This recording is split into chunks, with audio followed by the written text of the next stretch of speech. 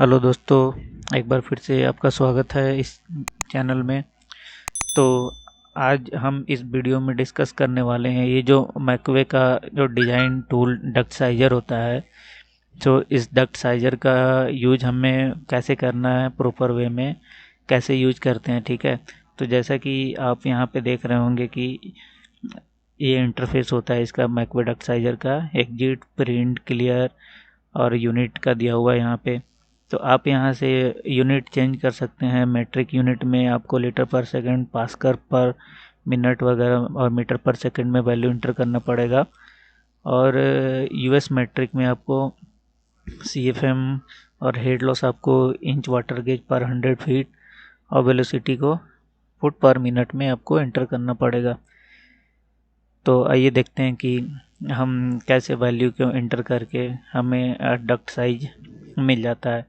तो जैसा कि आप जानते हैं, डक्ट डिज़ाइन जो होता है वो मेनली 3 मेथड से करते हैं।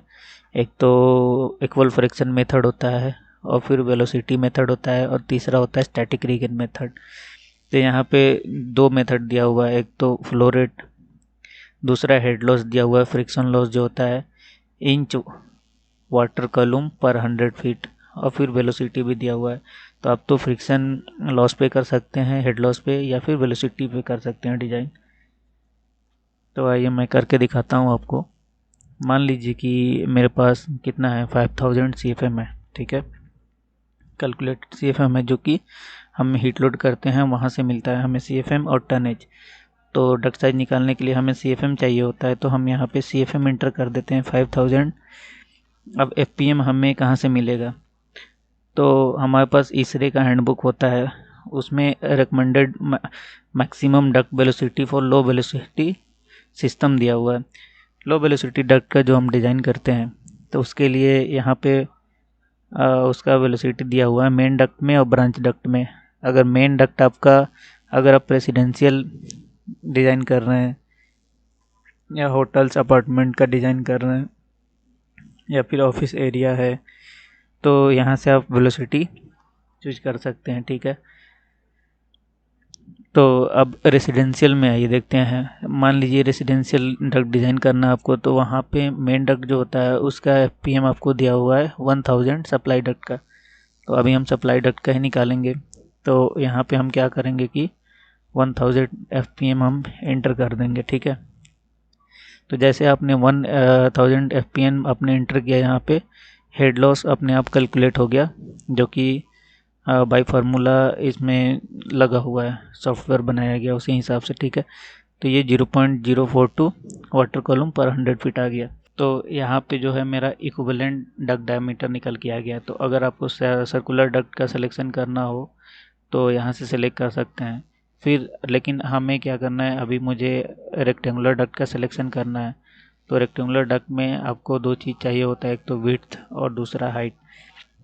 लेकिन रेक्टेंगुलर डक्ट को सिलेक्शन करते टाइम आपको एक चीज़ का ध्यान रखना है, वो है एस्पेक्ट रेशियो।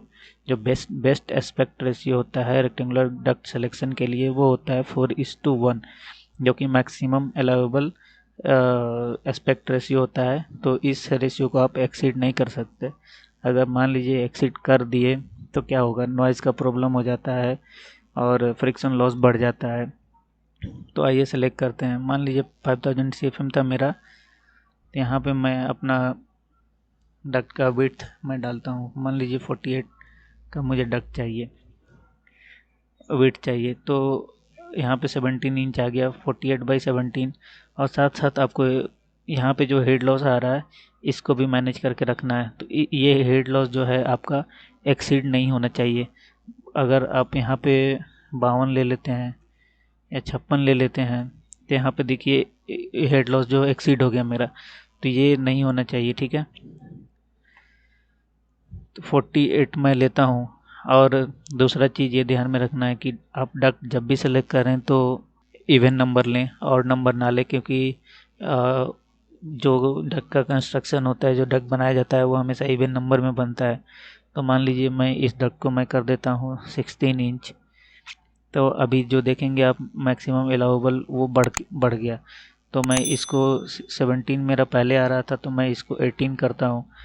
तो 48/80 अगर डक्ट ये सेलेक्ट करते हैं तो आपका हेड लॉस भी 0.036 है वाटर कॉलम पर 100 फीट।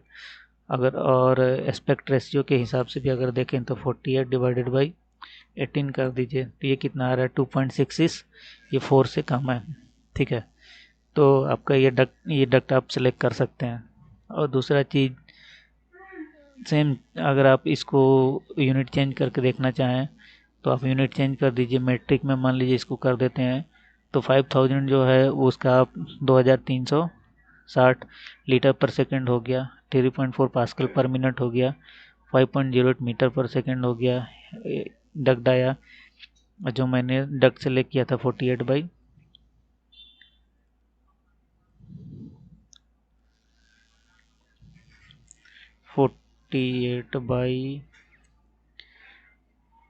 ठीक है, 48 का 1200 हो गया और 18 इंच का हो गया आपका 450। और हेड लॉस आपका 0.34 है, यहाँ पे 0.32 है। तो ये सब चीज़ हम फुलफ़िल कर रहे हैं। तो इस तरह से आप डक्ट सेलेक्ट कर सकते हैं मैकवे डक्ट साइजर का यूज करके।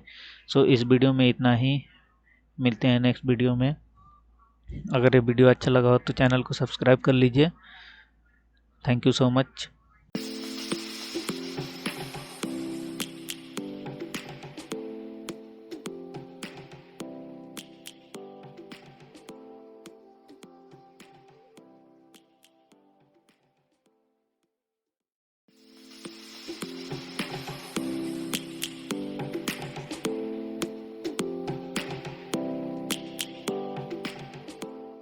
हेलो दोस्तों, welcome to my YouTube channel. और आज इस वीडियो में हम डिस्कस करने वाले हैं डक्ट डिज़ाइन के बारे में। तो जैसा कि मैंने कल हीट लोड किया था और हीट लोड करने के बाद हमें क्या मिला था कि 1936 CFM मिला था, ठीक है, और 5.1 टन। तो हम आज उसी बेसिस पे डिज़ाइन करेंगे, क्योंकि यहाँ पे जो कैपेसिटी था वो हम लोगों ने 39 लिया था। अब 39 लेने की वजह से क्या था कि हमारा सेंसेबल हीट ज़्यादा होने की वजह से CFM का लोड ज़्यादा आया हुआ है। क्योंकि जैसा कि आप देख रहे होंगे टनेज कम है और CFM ज़्यादा आ रहा है। तो वो इसलिए ही आ रहा है क्योंकि यहाँ पे ऑक्यूपेंसी ज़्यादा है। सबसे पहले हम जिस भी रूम का हीट लोड करने वाले हैं वहाँ पे कैपेसिटी लिख देते हैं कि इस रूम का लोड कितना आया हुआ है।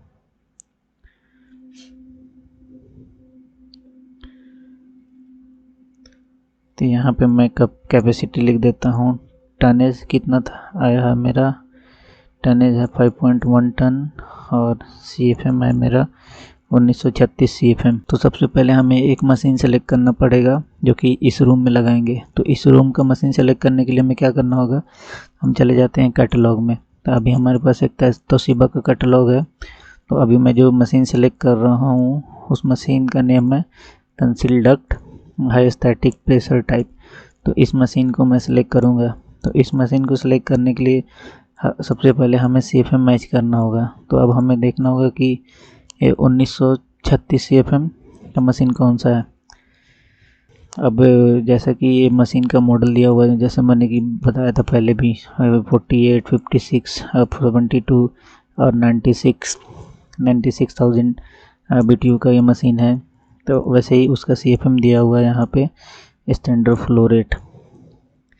अब स्टैंडर्ड फ्लो रेट में आप मीडियम और लो स्पीड दिया हुआ है। मीडियम स्पीड पे क्या होगा और लो स्पीड पे क्या होगा CFM।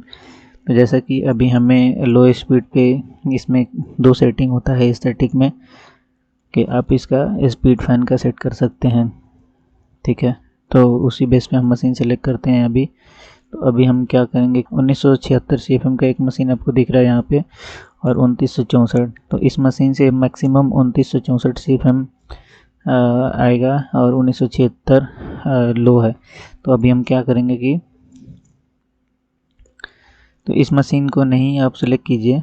और यहाँ पे एक और मॉडल आपको दिख रहा है 22.4 किलोवाट का। तो ये 1976 CFM का मशीन है। मैक्सिमम ये देगा इस पे, और लो स्पीड पे देगा 1664 और हाई स्पीड पे देगा 2541 CFM। तो आप 1976 CFM का मशीन सेलेक्ट कर लीजिए। तो कितना टनेज होगा यहाँ पे, अगर टनेज इसका चेक करेंगे तो 22.4 डिवाइड बाई कर दीजिए 3.516 इक्वल टू 6.3 टन का ये मशीन आ रहा है। 6.4 अप्रॉक्स मान लीजिए। तो अभी हम जो मशीन सेलेक्ट करने वाले हैं वो यहाँ पे कितना मशीन कितने टन का मशीन लगा रहे हैं, 6.4 टन का मशीन लगा रहे हैं और CFM 1976 CFM का मशीन लगा रहे हैं। तो नियरली इक्वल टू आपका लगभग 40 CFM ज़्यादा है। तो एकदम परफेक्ट है सिलेक्शन आपका। अब देखते हैं कि मशीन का डायमेंशन क्या है, क्योंकि आपको यहाँ पे मशीन फिट करना होगा। अब आपको देखना होगा कि मशीन आप कहाँ पे फिट कर सकते हैं। एक तो आपको ये कॉरिडोर दिख रहा है, कॉरिडोर से आप एक मशीन लगा के और दो डक्ट को ऐसे वाई ब्रांच करके आप डक्टिंग कनेक्ट कर सकते हैं। और दूसरा तरीका है कि आप इस टॉयलेट में मशीन को लगा दें, क्योंकि टॉयलेट में तो सीलिंग होगा ही, और इस वाले वॉल पे आप एक ग्रिल लगा देंगे, रिटर्न एयर ग्रिल सीलिंग के ऊपर। तो अभी जो मैं मशीन लगा रहा हूँ वो टॉयलेट में लगाऊंगा।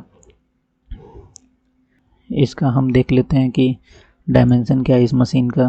तो इस मशीन का डायमेंशन देखने के लिए आपको ये डायमेंशन दिख रहा है, ठीक है। इसका विड्थ कितना है 1380 और डेप्थ 1250 और हाइट 470 है। तो अब 1380 बाई 1250 का एक मशीन बना लेते हैं हम, ठीक है।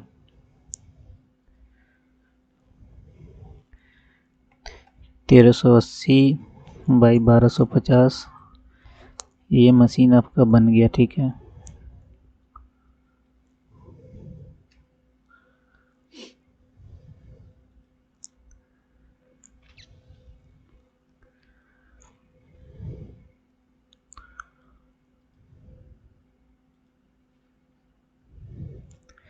तो इस मशीन को आप क्या कर दीजिए, 1380 जो है वो आपका माउथ वाला फेस है और 1250। तो इस मशीन को आप ला के आप अपने टॉयलेट में फिक्स करने का कोशिश कीजिए। मान लीजिए इस सेंटर से मैंने यहाँ पे मशीन लिया और इसके पीछे फ़िल्टर होता है, तो मैं 250 mm छोड़ देता हूँ।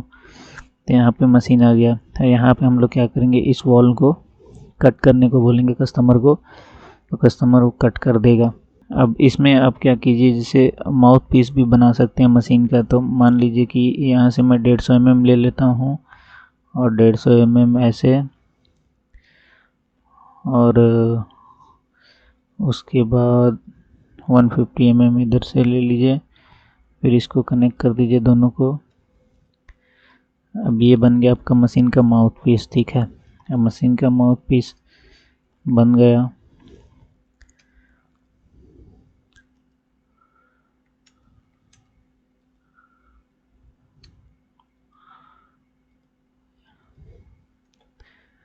इसके कलर को मैं चेंज कर देता हूँ, इसको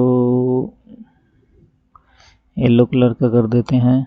अब मान लीजिए, ठीक है। अब आपको एक डक्ट चलाना है 1976 CFM का। तो सबसे पहले एक मेन डक्ट से चला देते हैं, ठीक है। उसके बाद हम लोग डिफ्यूज़र सेलेक्ट करेंगे। अब मान लीजिए 1976 का मशीन है मेरा, मैंने हेड लॉस कितना ले लिया 0.08। इस डक्ट का हाइट आप 12 इंच से सेलेक्ट कर रहे हैं, तो 26 इंच कितना हो जाएगा, 26 इंटू 25 इस 650 बाई 300 का डक्ट हो जाएगा। तो आप यहाँ पे एक डक्ट चला दीजिए 650 बाई 300 का। आपको यहाँ पे सेंटर सेलेक्ट करना होगा। उसके बाद मान लीजिए इसके सेंटर में आप कॉरिडोर में एक डक्टिंग ऐसे चला देते हैं। ये फाइनल डक्टिंग नहीं है, इसको अपने अकॉर्डिंग मॉडिफाई करना होगा। 650 325 हो गया। अब मैं ऑफसेट कर देता हूँ 325 का दोनों तरफ। 325 का इधर भी कर दिया, 325 का इधर भी कर दिया। और उसके बाद यहाँ से मैं एक लाइन डालता हूँ 500 mm का, और मशीन के माउथ से कनेक्ट कर देते हैं इसको। ये सेंटर वाला लाइन जो हम लोग ऑफसेट लिए थे जिस लाइन से, उस लाइन को कर देते हैं डिलीट, और इस लाइन को भी आप कर दीजिए ट्रिम, इस लाइन को भी कर दीजिए। अब यहाँ पे मशीन एक कनेक्शन पीस बन गया। अब इसको हम लोग राउंड बना देते हैं F enter R enter 150 radius दे दीजिए। अब इसको 650 ऑफसेट कर दीजिए आप।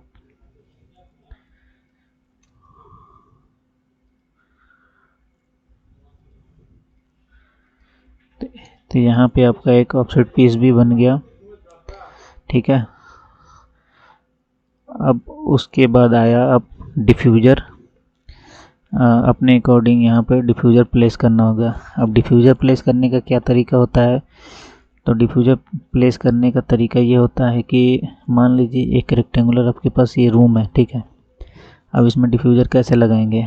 अब फॉर एग्जांपल आप ले लो कि आपको एक यहाँ मशीन से बैठाना है, एक यहाँ डिफ्यूज़र लगाना, एक यहाँ डिफ्यूज़र लगाना है। ये डिफ्यूज़र है, एक यहाँ डिफ्यूज़र, एक यहाँ डिफ्यूज़र, एक यहाँ डिफ्यूज़र। तो प्लेसमेंट का कैसे होता है, मान लीजिए ये आपका सप्लाई एयर होगा तो ये रिटर्न का होगा, फिर ये सप्लाई का होगा। अब ये सप्लाई हो गया तो फिर ये रिटर्न होगा, फिर ये सप्लाई होगा, ये रिटर्न होगा। इस तरह से अल्टरनेट करके बैठाना पड़ता है।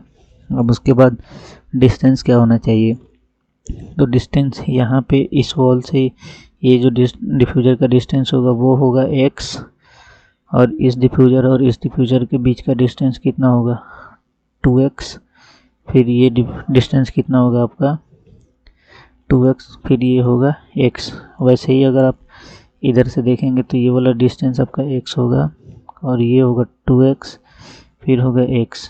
तो इसको ये ध्यान में रखना होगा आपको। तो आइए देखते हैं। तो अब मेरा जो है ये लेंथ टोटल कितना है 7500 का है। अब मान लीजिए हमको कितना डिफ्यूज़र, एक यहाँ डिफ्यूज़र लगाना है, एक यहाँ डिफ्यूज़र लगाना है, एक यहाँ डिफ्यूज़र लगाना है। अब 3 डिफ्यूज़र हमको लगाना है यहाँ पे। तो अब 3 डिफ्यूज़र के लिए आपको क्या मिलेगा, जैसे 1 2 3 डिफ्यूज़र, तो 2x 2x और x टोटल कितना हो गया 6x हो गया। तो अब हम क्या करेंगे कि टोटल डिस्टेंस आपका कितना है 7515। तो 7515 में डिवाइड कर देंगे 6 से x का वैल्यू निकालने के लिए। तो x मेरा कितना मिल गया 1252.5। अब हम क्या करेंगे 1252.5 मिल गया, अब वो नोट कर लीजिए।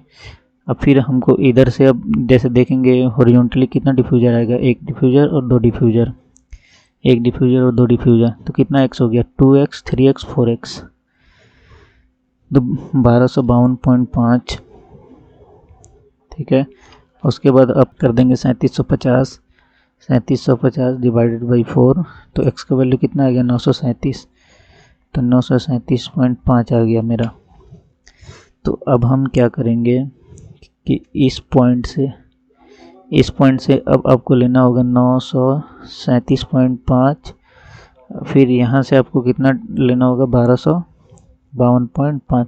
ये मैं एकदम इजी वे में बता रहा हूँ कि आप कैसे कैलकुलेशन कर सकते हैं, ठीक है। फिर यहाँ से अब कितना लेंगे, तो ये अब 2x वाला हो जाएगा। तो 1252.5 इंटू 2 हो जाएगा कितना, तो ये हो जाएगा 2505। तो 2505 ये हो जाएगा आपका लेंथ, ठीक है। उसके बाद फिर एक बार और आप आएंगे 2505 ये हो गया। और उसके बाद ये लेंथ आपका जो होगा वो 1200 का होगा, 1205 का हो गया। सेम वैसे ही यहाँ से आपको कितना ये हो जाएगा 937.5 इंटू 2 कर देंगे तो 937.5 इंटू 2 कर दीजिए, 1875 हो गया। इस तरीके से आप डिस्ट्रीब्यूट कर सकते हैं। तो अब इन दोनों लाइन को आप क्या कीजिए इस लाइन के साथ, ताकि आपको बैठाने में दिक्कत ना हो डिफ्यूज़र। इस लाइन के साथ आपको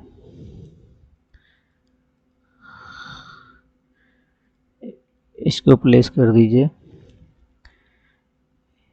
यहाँ पे, ठीक है। अब देखिए, अब यहाँ पे जो मेरा डक्ट आ रहा है, तो इस डक्ट के नीचे मैं क्या करूँगा, अपना रिटर्न एयर का जो डिफ्यूज़र था वो रिटर्न एयर वाला मैं यहाँ प्लेस कर दूँगा इस डक्ट के नीचे। क्या करूँगा मैं रिटर्न, उसके बाद ये रिटर्न हो गया तो अब यहाँ पे सप्लाई प्लेस करना होगा। फिर यहाँ पे रिटर्न प्लेस करना होगा।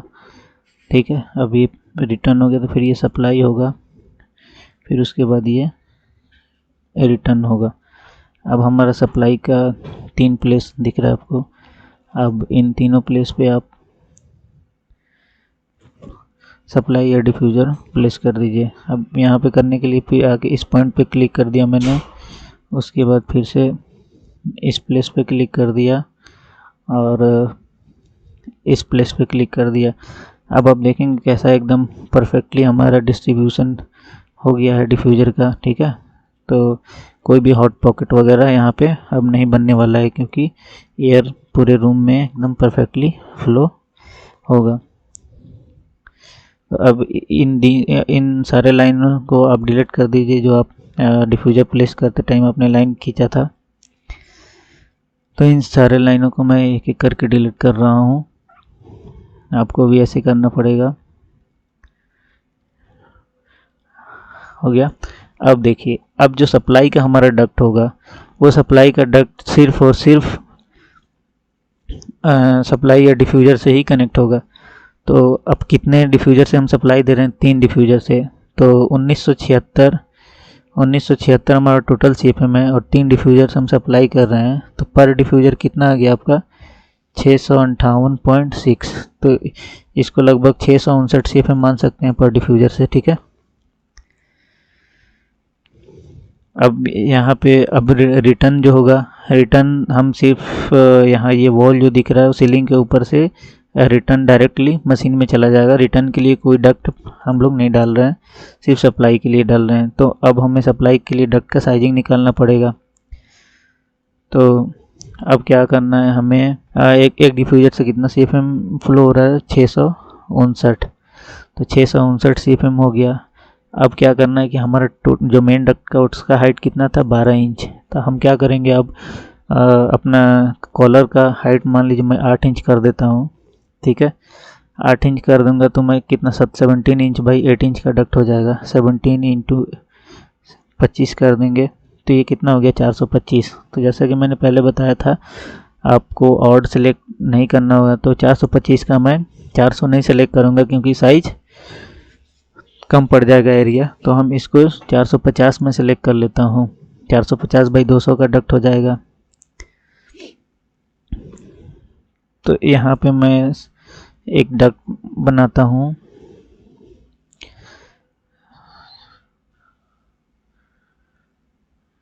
अब जैसे इसको हमें कनेक्ट करना है। ठीक है, 450 बाई 200 तो ऑफसेट कर देंगे, फिर कितना? 450। अब इस लाइन से और इस लाइन से अब क्या करेंगे कि आपको यहाँ पे एक बेंड बनाना पड़ेगा। बेंड बनाने के लिए आप रेडियल फिलेट देके बेंड बना लीजिए और जितना ऑफसेट चाहिए, जितना डक्ट का साइज़ है उतना आपको यहाँ पे ऑफसेट दे देना पड़ेगा। ऑफसेट देने के बाद आपको एक डक्ट बना लीजिए, क्योंकि अभी ये जो डिफ्यूज़र था हमारा वो थोड़ा सा बैक साइड में पड़ रहा था, इसलिए हमें बेंड बना के कनेक्ट करना पड़ेगा। तो अब यहाँ पे हम क्या करते हैं,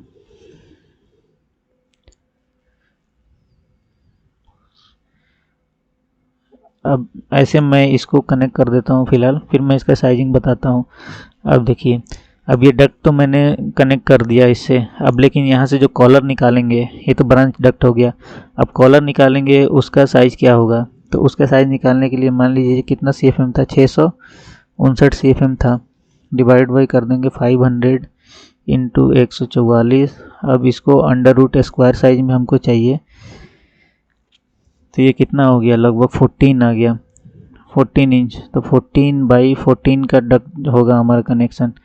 तो 14 इंच कितना mm होता है आपका? 350 बाई 350। तो REC इंटर एक रेक्टेंगल बना लीजिए आप 350 बाई 350 का, और यही कनेक्शन आपका बनेगा यहाँ पे। तो जो मेन डक्ट आ रहा था आपका, तो 450 का डक्ट आ रहा था। अब उसमें से आप काटेंगे सेंटर में यहाँ पे, वो कितने का होगा? 350 बाई 350 का। तो सेम आपको नेमिंग का करते चलना होगा। ठीक है, अब अपने मेन डक्ट जो बनाया था उसका साइज़ क्या था 650 बाई 300 का था 1976 CFM। तो आप यहाँ से इसको रोटेट कर लीजिए और यहाँ पे मैं इसको प्लेस कर देता हूँ मेन डक्ट, ठीक है। उसके बाद ये ब्रांच डक्ट आपको फिर से मैं उसका साइज़ करके बताऊँगा। आप देखिए, अब इसके सेंटर से फिर मैं एक लाइन में मैंने खींच दिया यहाँ पे, और ये भी डक्ट कितने का बनेगा, सेम 17 इंच का 450 बाई 800 का 450 बाई 200 का। तो ऑफसेट मार देंगे 225 एक दोनों साइड आप ऑफसेट मार दीजिए और सेंटर वाले लाइन को आप डिलीट कर दीजिए। उसके बाद सेम आपका जो कनेक्शन पीस बना था कितने का बना था 350 बाई 350 का। तो आप यहाँ से अपने कनेक्शन, क्योंकि जो डिफ्यूज़र का आउटर सरफेस है वो 600 बाई 600 का है ग्रिड की वजह से, लेकिन जो माउथ और जो डक्ट से कनेक्ट होगा वो 350 बाई 350 होगा, क्योंकि CFM हमारा कम है। CFM के अकॉर्डिंग इसका साइजिंग करने के बाद ये साइज आ रहा है आपको। तो जैसे आप में से बहुत लोगों को पता होगा, आप लोग डक्टिंग करवाया होगा, तो जो भी हम लोग पीस ऐसे निकालते हैं उससे हमें फिर जो ड्रॉप निकालना होता है वो वही ड्रॉप हो गया। फिर इसको मैं क्या करता हूँ, इसको कॉपी कर लेता हूँ।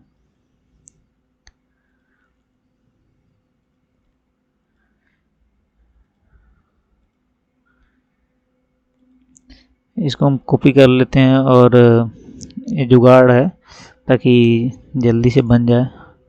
और इसको हम कर लेते हैं रोटेट करने के बाद क्या करते हैं, हम इसको यहाँ सेंटर से उठा के इस डिफ्यूज़र के सेंटर पर रख देते हैं। तो यहाँ पे भी एक डक्ट बन गया, इसको एक्सटेंड कर दीजिए आप ताकि यहाँ बंद हो जाए। अब जहाँ पे भी डक्ट आपका ख़त्म हो रहा है वहाँ से आप 6 इंच और 8 इंच ले लीजिए। तो मैं 8 इंच ले लेता हूँ और यहाँ से इस डक्ट को मैं बंद कर देता हूँ, ठीक है। बंद करने के बाद आप इस डक्ट को ट्रिम कर सकते हैं जो एक्स्ट्रा हो रहा है। तो ये डक्ट हमारा बन के तैयार हो गया। अब हमें इसमें शू पीस दिखाना होगा कि सप्लाई किधर से आ रहा है। उसके बाद यहाँ पे रिड्यूसर दिखाना होगा। अब शू पीस बनाने के लिए मान लीजिए 100 mm का मैं ऑफसेट मार देता हूँ। एयर का फ्लो पता चलेगा कि एयर हमारा किस डायरेक्शन से आ रहा है। तो अब आप इस शू पीस को देख के बता सकते हैं कि एयर इधर से आ रहा है, ठीक है। सेम वैसे ही आपको यहाँ पे शू पीस बनाना होगा। फिर यहाँ पे भी आप ऑफसेट मार दीजिए 100 mm का और 100 mm का। फिर इस पॉइंट से इस पॉइंट को आप कनेक्ट करके बाकी जो एक्स्ट्रा लाइन हो रहा है उसको आप ट्रिम कर दीजिए। ट्रिम करने के बाद फिर से एक्स्ट्रा लाइन को आप डिलीट कर दीजिए। फिर यहाँ पे भी एक शू पीस बन गया। उसके बाद अब हमें यहाँ पे एक शू पीस बनाना होगा, तो फिर इसको भी आप ऑफसेट मार लीजिए 100 mm। उसके बाद यहाँ से भी आप इसको कर दीजिए ट्रिम करने के बाद एक्स्ट्रा लाइन्स हैं उनको आप डिलीट कर दीजिए। तो शू पीस भी बन गया आपको डक्ट का, ठीक है। अब यहाँ पे डक्ट का आप कॉलर का नेमिंग कर सकते हैं। आप कैसे करेंगे उसका, इसको आप रोटेट कर लीजिए। अब यहाँ पे आप लिख सकते हैं ऐसे, जैसे 3 नंबर आपका सप्लाई या डिफ्यूज़र हो गया, कितना 600 बाई 350 mm का हो जाएगा। डिफ्यूज़र आपका तो 600 बाई 600 का होगा आपका आउटर साइज। सप्लाई या डिफ्यूज़र ये आउटर साइज हो गया आपका 600 बाई 600। और जो नेक साइज बोलते हैं, नेक साइज जिससे हमारा डक्ट कनेक्ट होगा वो 350 बाई 350 का हो गया। सेम वैसे ही आपको दिखाना पड़ेगा। 3 पीस आपका क्या है, रिटर्न या डिफ्यूज़र है। रिटर्न या डिफ्यूज़र 600 बाई 600 का ही है, ठीक है। और जो डक्ट हमारा जो सप्लाई या डक्ट आ रहा है उसका साइज़ क्या है आपका 450 बाई 200 का है। और CFM कितना फ्लो हो रहा है 659 CFM ईच। अब सारे से 659 CFM आपका फ्लो हो रहा है। तो आप इस तरीके से इसका नेमिंग कर सकते हैं, जैसे आपको टैगिंग करना होगा। और यहाँ पे आप एक रेक्टेंगल बना सकते हैं। रेक्टेंगल बनाने के बाद एरो से शो कर सकते हैं कि इतने का हुआ। अब मान लीजिए अब हमें एक रिड्यूसर बनाना होगा। अब 659 CFM तो इससे निकल गया, 659 CFM इससे। अब यहाँ पे हम क्या करते हैं कि इस ब्रांच को छोड़ के 150 mm यहाँ पे हम एक ऑफसेट रिड्यूसर बना देते हैं। रिड्यूसर का लेंथ क्या होगा, 600 mm होगा। अब देखिए 659 प्लस 659 कितना हो गया, 1318 CFM हो गया। अब माइनस कर देंगे टोटल 1976 में से, तो कितना बच गया मेरा, 658 CFM। अब फिर 658 CFM के लिए अब हमें एक डक्ट 659 CFM के लिए डक्ट बनाना पड़ेगा। अब उसके लिए जो ये मेन डक्ट का हाइट था 12 इंच, तो इस डक्ट का हाइट भी मैं 12 इंच ही रखता हूँ। तो कितना हो गया, लगभग अप्रोक्स 12 इंच बाई 12 इंच का डक्ट हो जाएगा। ठीक है, तो यहाँ पे मैं एक लाइन यहाँ पे एंटर करता हूँ। मैं एकदम इजी वे में बता रहा हूँ ताकि आप बना सकें। ठीक है, तो 12 इंच का हो जाएगा 300 mm। और फिर उसको आप इस सेंटर से कनेक्ट कर दीजिए। उसके बाद एक रिड्यूसर बनाना है, तो सेंटर टाइप रिड्यूसर के लिए आप इस पॉइंट को इस पॉइंट से आप मिला सकते हैं, फिर इसको डिलीट कर दीजिए। अब देखिए, अब हम क्या करेंगे कि ऐसे स्ट्रेट से यहाँ मिला देंगे और ऑफसेट कर देंगे इस लाइन को 300 mm। उसके बाद जो भी एक्स्ट्रा लाइन आपको दिख रहा है उन सबको आप काट दीजिए। अब एक्स्ट्रा लाइन ये भी है, एक्स्ट्रा लाइन ये भी है, इसके बाद ये भी है। और इसको आप क्या कीजिए, सू पीस को आप मूव करके इससे कनेक्ट कर दीजिए। उसके बाद एक्सटेंड कर दीजिए ये डक्ट को। तो ब्रांच भी कनेक्ट हो गया मेरा। अब इसको कॉपी कर लेते हैं। अब कॉपी करने के बाद मैं यहाँ पे भी इसका साइज लिख देता हूँ। ये कितना हो गया, 300 बाई 300, और यहाँ पे लिख देते हैं 658 CFM या 659 CFM जो भी बन रहा था। तो ठीक है, तो ये आपका एक डक्ट बन गया। अब इसको फर्नीचर को मैं क्या कर देता हूँ, थोड़ा सा लॉक कर देता हूँ। इसको लॉक करने से थोड़ा सा इसका कलर डाउन हो जाएगा।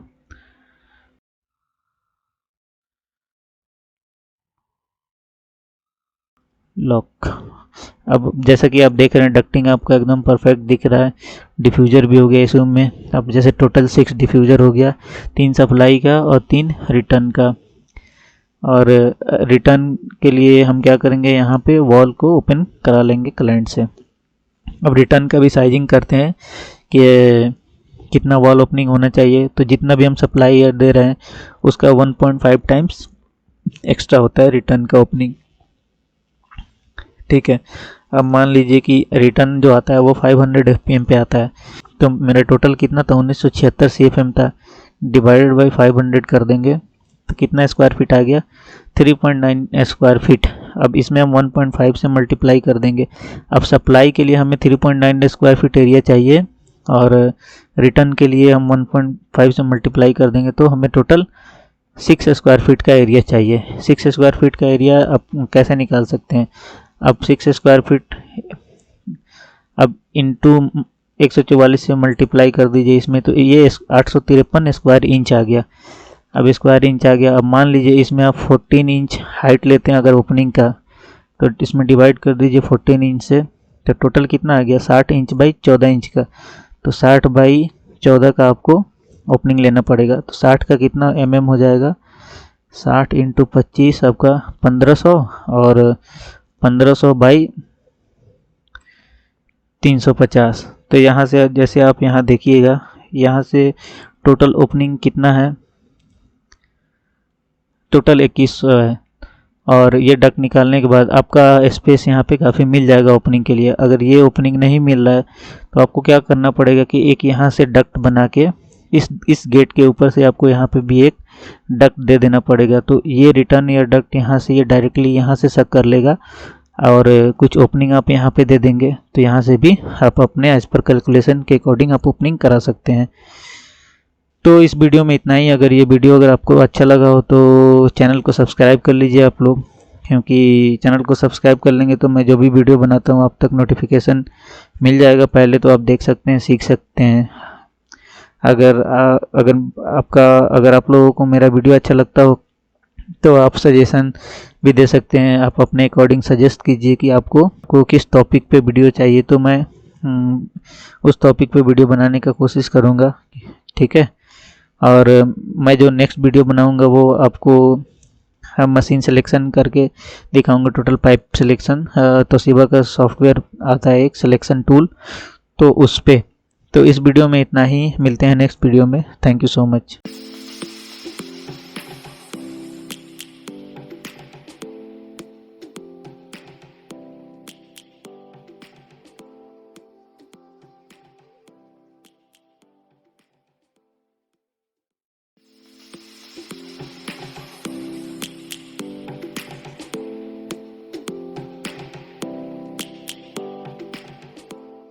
हेलो दोस्तों, welcome to my YouTube channel. और आज इस वीडियो में हम डिस्कस करने वाले हैं कि डक साइजिंग कैसे निकाल सकते हैं हम बाय यूजिंग चार्ट। जो एसरे का जो चार्ट होता है ना, psychometric friction loss chart for round duct. तो और अगर हमारे पास सीएफएम है और हम लोगों को पता होता है कि फ्रिक्शन क्या लेते हैं हम लोग, ठीक है, डक साइज निकालने के लिए, तो उसके इस चार्ट से हम डक डायमीटर निकाल सकते हैं। सर्कुलर डक निकल के आ जाएगा। फिर उस सर्कुलर डक से हम रेक्टेंगुलर डक निकाल सकते हैं। उसके लिए एक और चार्ट है। तो अगर आप इस चैनल पे नए हैं तो चैनल को सब्सक्राइब कर लीजिए।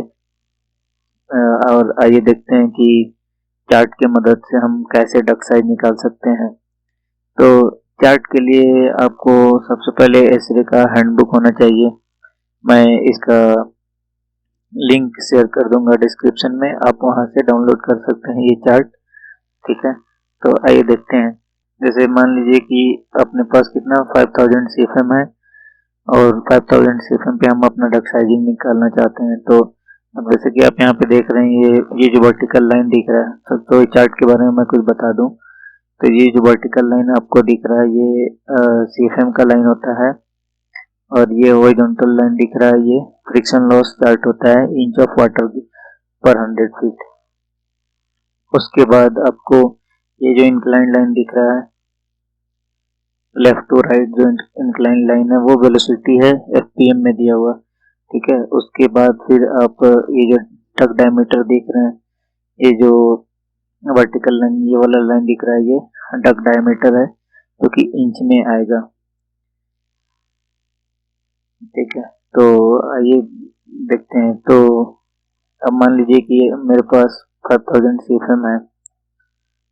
ठीक है। अब 5000 सीएफएम पे हम डक साइज निकालना चाहते हैं, तो कैसे निकलेगा। अब नॉर्मली हम लोग क्या होता है कि जब डक साइज निकालते हैं तो फ्रिक्शन लॉस जो लेते हैं 0.08 लेते हैं और 0.09 भी लेते हैं।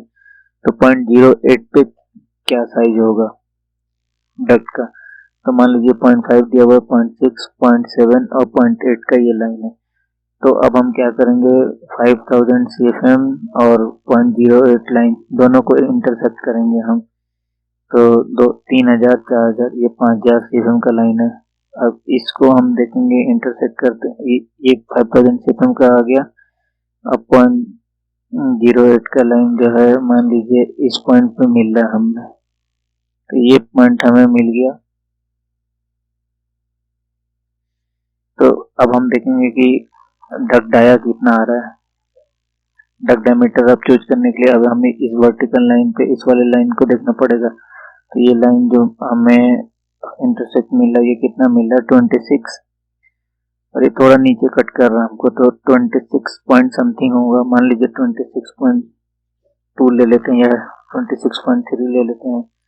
मान लीजिए 26.3 ले लिए। सीएफएम कितना है, 5000 सीएफएम है और फ्रिक्शन लॉस कितना है, 0.08। ठीक है। अब हमें कितना मिल गया डक डाया, डायमीटर मिल गया 26.3। अब हमें निकालना है रेक्टेंगुलर डक्ट। रेक्टेंगुलर डक्ट क्या होगा? तो रेक्टेंगुलर डक्ट निकालने के लिए हैंडबुक में हमें दूसरे चार्ट पे जाना पड़ेगा। तो मैं वहां लेके चलता हूँ आपको। तो वहां जाने के लिए ये चार्ट जो दे रखा है आपको, ठीक है। जैसा कि आप यहाँ पे देख सकते हैं, circular equivalent of rectangular duct for friction, equal friction and capacity. आपको कैपेसिटी तो पता है CFM, और इक्वल फ्रिक्शन मेथड भी पता है 108 लेयर एंड फ्रिक्शन। अब इसमें भी आप देख सकते हैं कि length of one side of rectangular, एक साइड दिया हुआ है और दूसरा साइड ये दिया हुआ है। ये जो लेंथ होता है, ये जो लेंथ होता है वो डक्ट का हाइट होता है, ये वाला लेंथ, और ये आपका विड्थ होता है, ठीक है। और यहाँ पे जितना वैल्यू आपको दिख रहा है, ये हाइट हो गया आपका, ठीक है। यहाँ से आप हाइट को सिलेक्ट कर सकते हैं, और ये वाला जो लाइन दिख रहा है आपको यहाँ से विड्थ सिलेक्ट करना है, और ये पूरा आपका सर्कुलर डक्ट का डायमीटर है। तो अब मान लीजिए कि हम अभी 14 इंच हाइट लेके चलते हैं डक्ट का, ठीक है। उसके बाद हम 14 इंच वाले कॉलम में देखेंगे कि 26.3 मुझे कहाँ मिल रहा है। अब मैं नीचे आऊँगा 26, ये देखिए यहाँ मिल गया मुझे 26.1, ठीक है। अब इस 14 इंच हाइट पे इस डक्ट डायमीटर पे हम देखेंगे विड्थ मुझे कितना मिल रहा है, 44 इंच मिल रहा है। तो हमारा जो रेक्टेंगुलर डक्ट होगा वो 44 इंच बाई 14 इंच का होगा। अब हमें क्या होगा कि एक चीज और ध्यान रखना कि ये 4:1 को फुलफिल कर रहा है कि नहीं। जो डक्ट का एस्पेक्ट रेशियो होता है 4:1, अगर आप मल्टीप्लाई करके देखें 14 इंटू 4 टाइम, तो 14 चौका 56 होता है, ठीक है। तो ये अंडर 4:1 के ही है। ये वाला डक्ट आप सिलेक्ट कर सकते हैं। अगर मान लीजिए आप 12 इंच हाइट लेते हैं तो क्या होगा, डक्ट का हाइट 26, ये है गया 56 पे मिलेगा आपको। तो 12 चौका 48, 48 इंच ज़्यादा होता है 56 इंच, जो कि आपका एस्पेक्ट रेशियो है उससे ज़्यादा आ रहा है। तो ये डक्ट आप सिलेक्ट नहीं करेंगे क्योंकि नॉइज का प्रॉब्लम आ जाएगा और फ्रिक्शन लॉस भी बढ़ जाता है। तो अब रही बात कंफर्मेशन के लिए, तो रेक्टेंगुलर डक्ट हमारा कितना आ गया, 44 इंच बाई 14 इंच हाइट का आ गया रेक्टेंगुलर डक्ट। अब इसको हम कंफर्म कर लेते हैं कि ये सही है या गलत। तो उसके लिए हम चले जाते हैं डक्टुलेटर में। डक्टुलेटर में अपना वैल्यू एंटर करते हैं, कितना था 5000 CFM था, और हेड लॉस था मेरा 0.08। तो सर्कुलर डक्ट कितना आ रहा है, इक्विवेलेंट डायमीटर 26.7, और मैंने सेलेक्ट किया था 26.3। तो ये थोड़ा सा जैसे चार्ट से सिलेक्ट कर रहे हैं तो पॉइंट में थोड़ा सा ऊपर नीचे आ सकता है, लेकिन वो चलेगा, ठीक है। तो 26.7 मेरे वाला आया था डक्ट। अब मान लीजिए कि मैं डक्ट का हाइट कितना सेलेक्ट कर रहा हूँ, 14 इंच। तो रेक्टेंगुलर डक्ट यहाँ निकल के आ गया मेरा 46 इंच विड्थ, 14 इंच हाइट, और इस चार्ट के द्वारा मेरा आया था 44 इंच बाई 14 इंच। तो 2 इंच का फर्क है विड्थ में, तो ठीक है, ये भी एक्सेप्टेबल है। तो इस तरीके से आप निकाल सकते हैं। मैं दूसरा एग्जांपल लेके एक बताता हूँ। दूसरा एग्जांपल हम लेते हैं 10,000 CFM पे।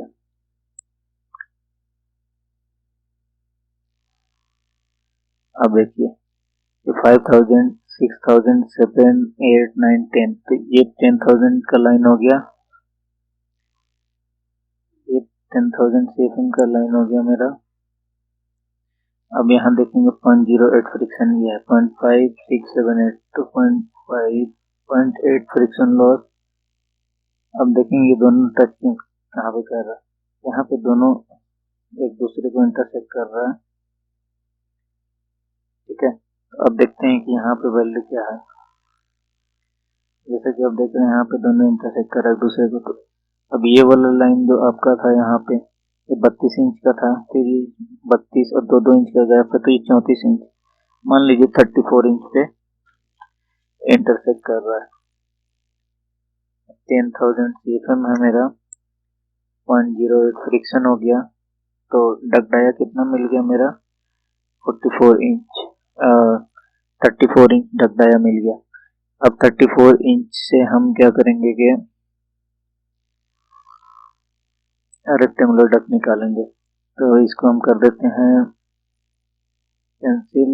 अब चलते हैं वहाँ चार्ट पे, इस जो सर्कुलर इक्विवेलेंट रेक्टेंगुलर डक का चार्ट है यहाँ पे आ गया 34 इंच। अब मान लीजिए अब हमें सेलेक्ट करना होगा डक का हाइट, तो अभी हम क्या करते हैं, मान लीजिए 12 हाइट सेलेक्ट करते हैं डक का, और फिर इस वाले कॉलम में हम देखते हैं कि 34 मेरा कहाँ पे आ रहा है, तो इस सीट पे नहीं आ रहा 34, तो दूसरी सीट पे हम चलते हैं।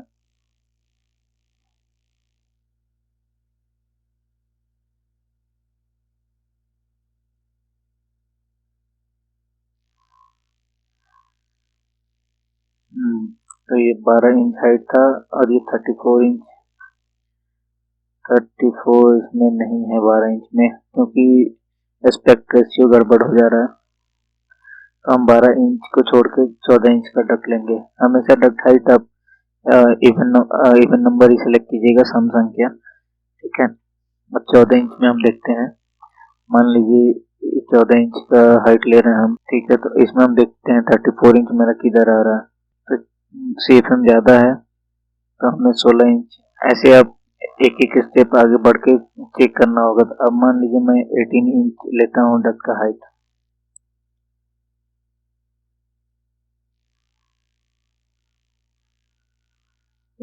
लेता हूँ। अब यहाँ देखिए 34 किधर आ रहा है, ये आ गया 34.4, ये सिलेक्ट कर लीजिए, नियरली इक्वल। अब यहाँ पे देखिए कितना आ रहा है आपका विड्थ, 60 आ रहा है, ठीक है। तो अब एस्पेक्ट रेशियो अप्लाई कीजिए, 18 चौका 72, यानी कि 10 इंच कम है आपके एस्पेक्ट रेशियो से, तो आपका जो 4:1 एस्पेक्ट रेशियो होता है वो फुलफिल हो रहा है यहाँ पे। तो इसको आइए कंफर्म कर लेते हैं कैलकुलेटर में जाके, सही है या गलत। तो मान लीजिए कितना था मेरा, 10,000 CFM था, 0.08 पे लिया मैंने और 18 इंच हाइट लिया।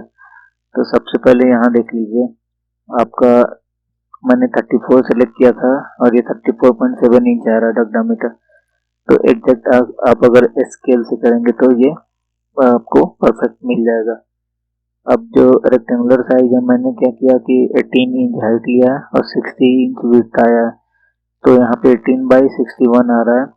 तो आप देख सकते हैं कि डक साइजिंग हमारा एकदम परफेक्ट है। तो इस तरीके से आप इस चार्ट के मदद से सबसे, अगर आपके पास CFM हो तो फ्रिक्शन मेथड का यूज करके आप सबसे पहले सर्कुलर डक निकालेंगे, और उस सर्कुलर डक का यूज करके उस सर्कुलर डक के वैल्यू को यहाँ पे जब पुट करेंगे ना, circular equivalent of rectangular duck इसमें फ्रिक्शन चार्ट में, तो आपको रेक्टेंगुलर डक मिल जाएगा। और जैसे आप जानते हैं कि रेक्टेंगुलर डक में आपको हाइट पता होता है, विड्थ नहीं पता होता है, तो हाइट अपने आप से सिलेक्ट कीजिए, on the basis of circular duck diameter आपको विड्थ मिल जाएगा, ठीक है। तो अगर ये वीडियो आपको अच्छा लगा हो तो चैनल को सब्सक्राइब कर लीजिए। थैंक यू सो मच, मिलते हैं नेक्स्ट वीडियो में।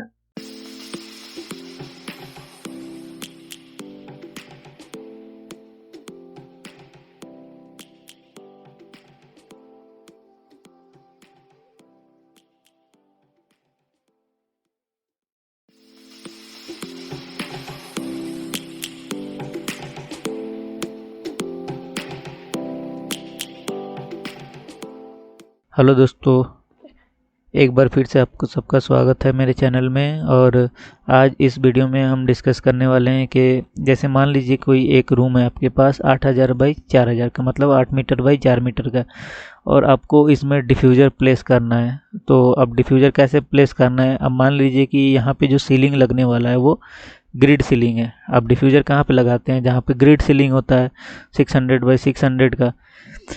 तो उसके लिए सबसे पहले आपको क्या करना पड़ेगा कि यहाँ पे एक ग्रिड टाइप का पैटर्न बना लीजिए। तो उसके लिए आपको हैचिंग करना पड़ेगा। मान लीजिए तो मैं इसमें हैच कर देता हूँ ग्रिड टाइप 600 बाई 600 का, ठीक है।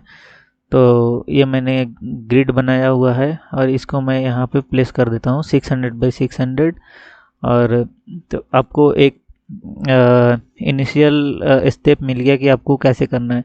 अब आपको क्या करना होगा कि आप यहाँ से ग्रिड कैलकुलेट कर लीजिए कितना ग्रिड है। 1 2 3 4 5 6 7 8 9 10 11 12 13।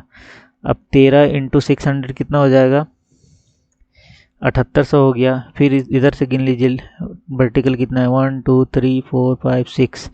6 इंटू 600 3600 हो गया। अब आप मान लीजिए कि आपका जो एक डिफ्यूज़र होता है वो कितना फीट थ्रो करता है। तो अप्रोक्सीमेटली आप ये लेके चलिए कि 10 से 11 फीट थ्रो करता है।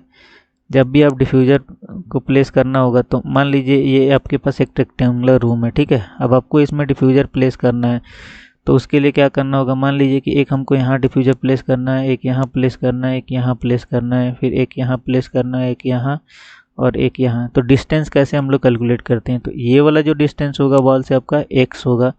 फिर ये डिफ्यूज़र टू डिफ्यूज़र आपका कितना होगा, ये होगा 2x। फिर ये डिफ्यूज़र टू ये सेंटर डिफ्यूज़र 2x, फिर ये x हो जाएगा आपका। अब वर्टिकल में जब आप आएंगे तो इस दीवार से इस डिफ्यूज़र का यहाँ पे ये x हो जाएगा और डिफ्यूज़र सेंटर टू सेंटर फिर आपका यहाँ पे ये 2x हो जाएगा और फिर ये x हो जाएगा। तो आप ये वाला फार्मूला अपना सकते हैं, क्योंकि अगर आप गिनते रहिएगा तो ऐसे गिनने से गलत हो जाएगा। तो अभी हम क्या करते हैं कि मान लीजिए 8000 था मेरा। अब मुझे हॉरिजॉन्टल डिस्टेंस कैलकुलेट करना है तो कितना हो रहा है, मान लीजिए कि हमें 3 डिफ्यूज़र लगाना है तो 2 2 4 और 2 6 6x हो गया। तो अब x का वैल्यू निकालने के लिए हमें क्या करना पड़ेगा, 8000 डिवाइड बाई 6 कर देंगे तो ये कितना आ गया मेरा 1333 आ गया।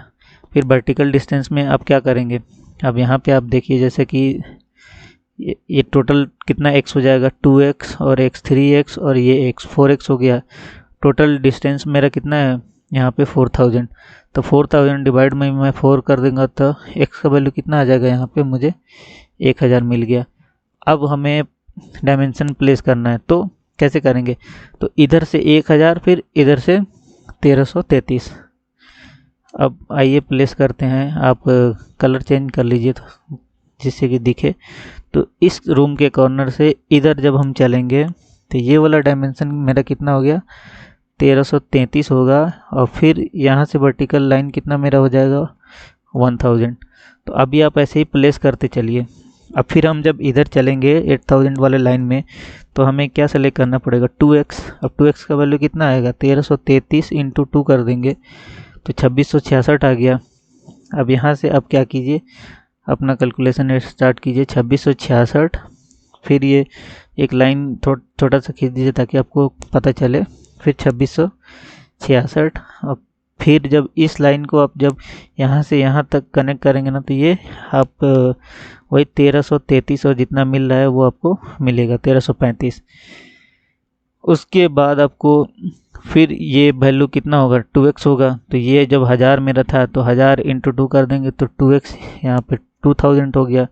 अब 2000 के बाद आपको क्या करना है कि ये जो आपने लाइन हॉरिजॉन्टली या डाला हुआ है इस लाइन को अगर आप यहाँ से इस पॉइंट से कॉपी करके अगर यहाँ पे कॉपी कर देते हैं तो ये आपका प्लेस हो जाएगा। तो आप जैसा कि आप देख रहे हैं ये आपको कितना पॉइंट मिल गया 1 2 3 4 5 6 पॉइंट आपको मिल गया। तो इन सारे 6 पॉइंट्स पे आपको डिफ्यूज़र प्लेस करना होगा। अब एक और पैटर्न होता है, जैसे डिफ्यूज़र कैसे डालते हैं हम, मान लीजिए ये आप रिटर्न डाल रहे हैं, ठीक है। तो अगला डिफ्यूज़र जो होगा वो सप्लाई होगा, फिर उसके अगला रिटर्न हो गया। अब ये रिटर्न हो गया तो ये सप्लाई हो गया, फिर ये रिटर्न हो गया और ये सप्लाई हो गया। तो आप जैसे देख रहे होंगे अल्टरनेट हो रहा है एक दूसरे से सारा। तो अभी मान लीजिए मैं क्या करूँगा कि इस रिटर्न डिफ्यूज़र को मैं यहाँ पे प्लेस कर देता हूँ। अब जैसे ये रिटर्न हो गया तो ये सप्लाई होगा, फिर ये यहाँ पे ये रिटर्न हो जाएगा। अब ये रिटर्न हो जाएगा तो यहाँ पे सप्लाई हम डालेंगे, फिर यहाँ पे हम रिटर्न डिफ्यूज़र प्लेस करेंगे। फिर उसके बाद अब हमें सप्लाई डिफ्यूज़र को प्लेस करना होगा। अब सप्लाई डिफ्यूज़र, अब मान लीजिए यहाँ पे रिटर्न था तो ये सप्लाई हो गया, फिर ये रिटर्न है तो यहाँ पे ये सप्लाई हो जाएगा, फिर यहाँ पे ये रिटर्न और ये फिर सप्लाई डिफ्यूज़र हो जाएगा। और इस तरीके से यहाँ पे जो भी लाइन आपने पहले डाला हुआ था उन सारे लाइंस को आप डिलीट कर लीजिए।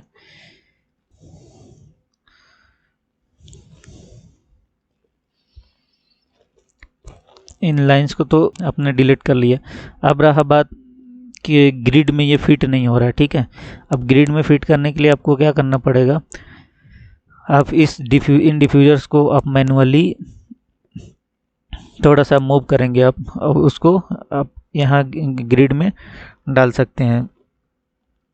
तो यहाँ से मैं इस डिफ्यूज़र को उठाऊंगा और यहाँ इस ग्रिड पे मैंने इसको सेट कर दिया। फिर इस डिफ्यूज़र को मैं उठाऊंगा यहाँ से, और इस डिफ्यूज़र को उठा के मैं इस ग्रिड पे डाल देता हूँ, ठीक है। अब जैसा कि आप देख रहे हैं डिफ्यूज़र आपका एकदम ग्रिड में सेट हो गया है। तो शुरू में तो आपने इसको डिस्ट्रीब्यूशन किया कि प्रॉपर कैसे कर सकते हैं। अब उसके बाद आपको एज पर साइट कंडीशन भी सेट करना होगा। अब अभी हम जो कर रहे हैं वो एज पर साइट कंडीशन, जो कि जो भी सीलिंग हो रखा है उसमें हम लोगों को डिफ्यूज़र लगाना है। उस अपने डिफ्यूज़र लगाने के लिए हम उसका सीलिंग चेंज नहीं करा सकते, तो इस तरीके से आप लगा सकते हैं, ठीक है। अब यहाँ पे कितना फिट हो गया ये, अब आप यहाँ पे देखेंगे कितना मीटर हो रहा है ये, यहाँ से यहाँ तक टोटल 1.16 मीटर हो रहा है। 1.16 इंटू 3.28 कर देंगे तो 3 पॉइंट लगभग अप्रोक्स 4 फीट हो गया। उसके बाद ये जो डिस्टेंस आपका कितना हो गया, 8 फीट होगा।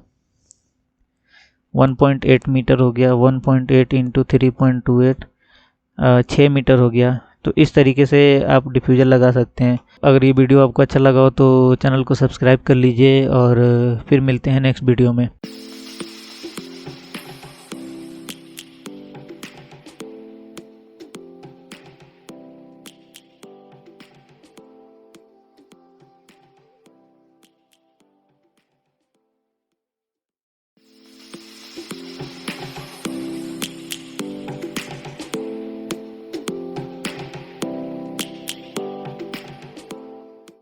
हेलो दोस्तों, welcome to my YouTube channel. और आज के इस वीडियो में हम लोग डिस्कस करेंगे सीएफएम क्या होता है, और एएचयू का सीएफएम कैलकुलेशन कैसे किया जाता है। जैसे एयर बैलेंसिंग में हम लोग सीएफएम कैलकुलेट करना पड़ता है, और सीएफएम का जो हम लोग मेजरमेंट करते हैं वो कौन से डिवाइस से करते हैं, या फिर कौन सा जो इंस्ट्रूमेंट होता है उसका नाम क्या है, ठीक है। तो अगर आप इस चैनल पर नए हो तो सबसे पहले चैनल को सब्सक्राइब कर लीजिए, क्योंकि मेरे चैनल पे मैक्सिमम लोग आते हैं और वीडियो तो देख लेते हैं लेकिन सब्सक्राइब नहीं करता कोई। एटलीस्ट सब्सक्राइब तो कर लीजिए, इससे तो आपका कुछ जाने वाला है नहीं, और सब्सक्राइब कर लेंगे तो मुझे थोड़ा सा मोटिवेशन मिलेगा। तो आइए वीडियो को स्टार्ट करते हैं। तो सीएफएम जो होता है वो एयर फ्लो का यूनिट होता है, ठीक है। तो एयर फ्लो का जो मेजरमेंट हम लोग करते हैं कि कितना एयर का रिक्वायरमेंट होगा तो कूलिंग के लिए या फिर हीटिंग के लिए, ठीक है। तो उस एयर फ्लो का जो मेजरमेंट होता है और जो क्वांटिटी होता है एयर का, उसको हम लोग सीएफएम में मेजर करते हैं। सीएफएम का जो फुल फॉर्म होता है वो होता है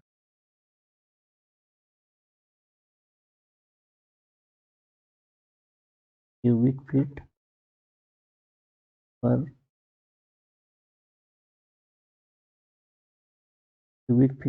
मिनट, फीट क्यूब पर मिनट, ठीक है। और सीएफएम का जो फॉर्मूला होता है, सीएफएम इक्वल टू होता है एरिया। एरिया जो हम लोग लेते हैं स्क्वायर फीट में लेते हैं, इंटू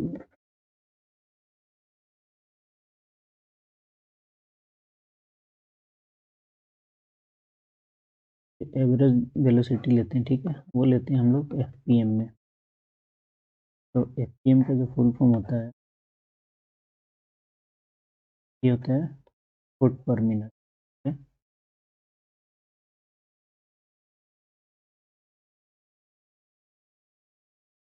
तो इस वीडियो में हम लोग सब डिस्कस करेंगे कि सीएफएम क्या होता है। हम लोग तो जैसे मैंने आपको बताया कि सीएफएम जो होता है एयर फ्लो का क्वांटिटी होता है कि कितना एयर फ्लो हो रहा है पर मिनट, मतलब क्यूबिक फीट। तो एक क्यूबिक फीट एयर सप्लाई होता है 1 मिनट में। तो उसी का जो मेजरमेंट हम लोग करते हैं उस एयर क्वांटिटी का, वो सीएफएम कहते हैं उसको एचवीएसी में हम लोग।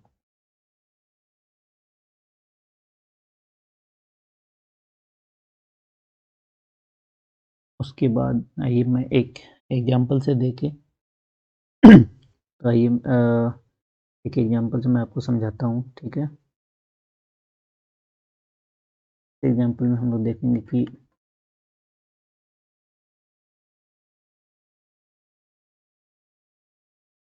How to calculate H U या फिर एफ सी यू सीएफएम कैसे कैलकुलेट करते हैं। तो जैसे एचवीएसी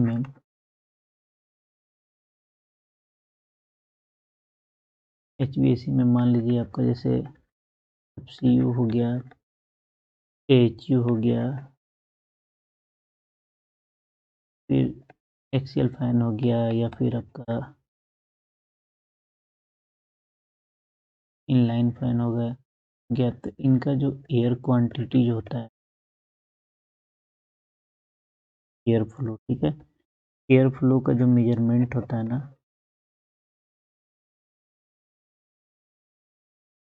यही एयर फ्लो मेजरमेंट हम लोग क्या सीएफएम में करते हैं। जैसे कि 5000 सीएफएम का एचयू है, या फिर 1000 सीएफएम का एक्सेल फैन है, या फिर 150 सीएफएम का इनलाइन फैन है, जो जो हम लोग एग्जॉस्ट के लिए लगाते हैं। और इस सीएफएम को जो हम लोग मेजर करते हैं, सीएफएम को मेजर करते हैं एक इंस्ट्रूमेंट से, जिस इंस्ट्रूमेंट का नाम होता है एनीमोमीटर।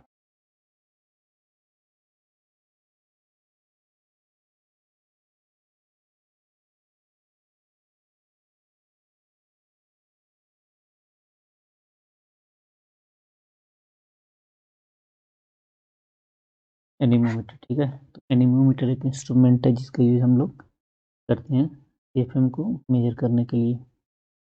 तो इस टाइप का एक इंस्ट्रूमेंट होता है जिसमें एक आप देख रहे होंगे यहाँ पे एक फैन लगा हुआ है, इसमें एक हैंडल है। और इस फैन को हम लोग या तो एयर इनलेट पर रखते हैं या फिर आउटलेट पर रखते हैं, जैसे सक्शन डिस्चार्ज पे। तो उसके अकॉर्डिंग ये एफपीएम को मेजर करता है,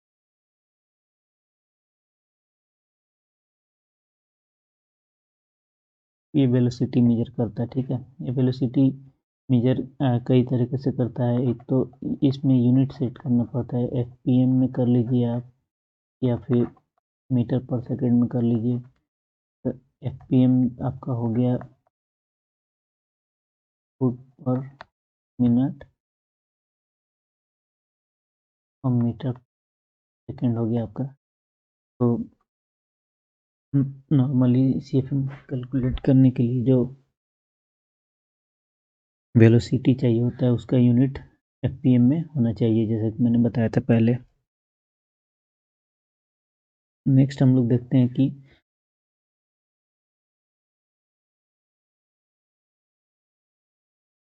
H C F M calculation, ठीक है। तो सबसे पहले मैं क्या करता हूँ, एक एच यू बना लेता हूँ।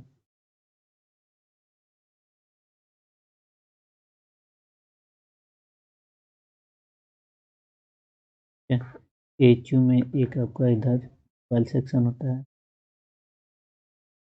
मैं अभी समझाने के लिए आपको बता,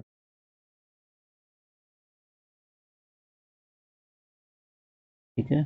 उसके बाद यहाँ पे एन सेक्शन होगा। एन सेक्शन में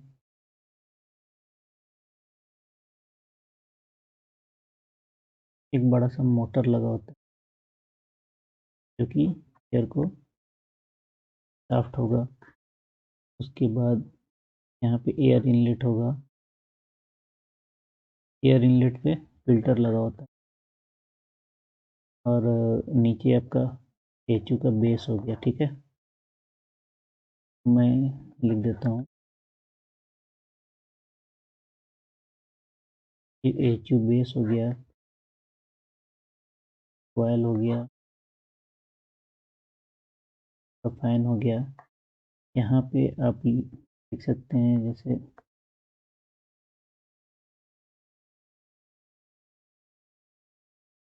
एयर आउट हो रहा है, यहाँ से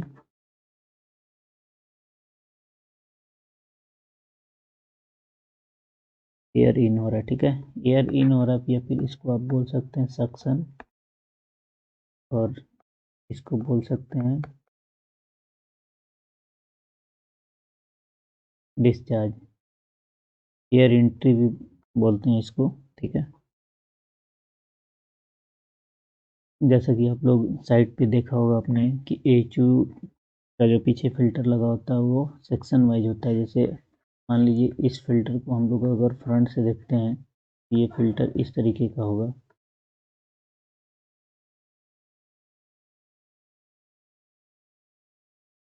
फिल्टर का फ्रेम है, एचयू कितना बड़ा है उसके अकॉर्डिंग फिल्टर का बेस होता है। ठीक है, फ्रेम जो होता है, मान लीजिए ये जो मेरा एचयू है उसमें टोटल 8 फिल्टर सेक्शन है। ठीक है, 1 3 4 5 6 7 8, और हर एक फिल्टर सेक्शन का जो डायमेंशन है वो मान लीजिए कि 600 बाई 600 का है। ठीक है, तो अभी हम लोग जो सीफ्रेम का जो कैलकुलेशन करेंगे वो करेंगे एरिया इनटू वेलोसिटी। ठीक है, अब एरिया कौन सा होगा, ये जो फिल्टर का एरिया होगा, तो एरिया हम लोग स्क्वायर फीट में निकालेंगे। एरिया जो होगा स्क्वायर फीट में, वेलोसिटी जो होगा एफपीएम में, और वो एवरेज वेलोसिटी होगा। तो पहले एरिया निकाल लेते हैं। ठीक है,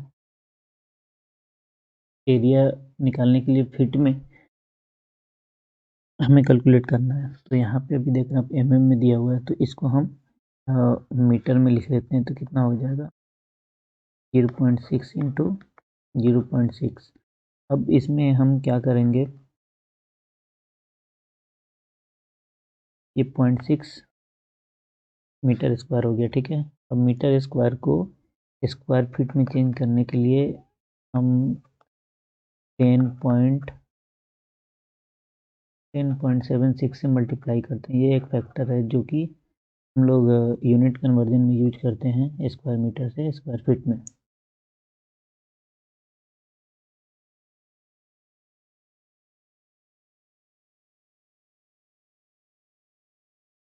ये टोटल आपका हो जाएगा कितना 3.87, ये हो गया स्क्वायर फीट। ठीक है, तो टोटल फिल्टर एरिया कितना हो जाएगा आपका, एक फिल्टर का एरिया आपका आ गया 3.87 गुना टोटल कितना है 8 है, 8 से मल्टीप्लाई कर दीजिए, तो ये आपका आ जाएगा 86.08 स्क्वायर फीट। ओके, अब हम क्या करते हैं कि वेलोसिटी निकालेंगे। एवरेज वेलोसिटी कैसे निकालते हैं, एवरेज वेलोसिटी निकालने के लिए मान लीजिए मैं फिर से बनाता हूँ फिल्टर को।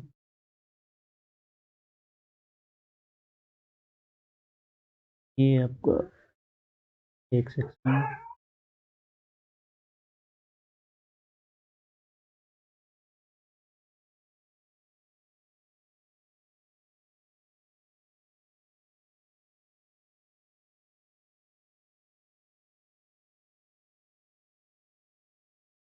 ठीक है। अब ले लीजिए एक फिल्टर का डायमेंशन था 600 बाई 600/600 का। तो अब FPM मेजर करने के लिए हम लोग एनीमोमीटर उठाते हैं और एनीमोमीटर से एक फिल्टर सेक्शन में एटलीस्ट 5 जगह से हम लोग मेजरमेंट लेते हैं। जैसे चारों कॉर्नर से ले लेंगे और फिर एक सेंटर से ले लेंगे। ठीक है, अब मान लीजिए कि फिल्टर 1 हो गया। यहाँ पे हम लोग जैसे लिखेंगे एवरेज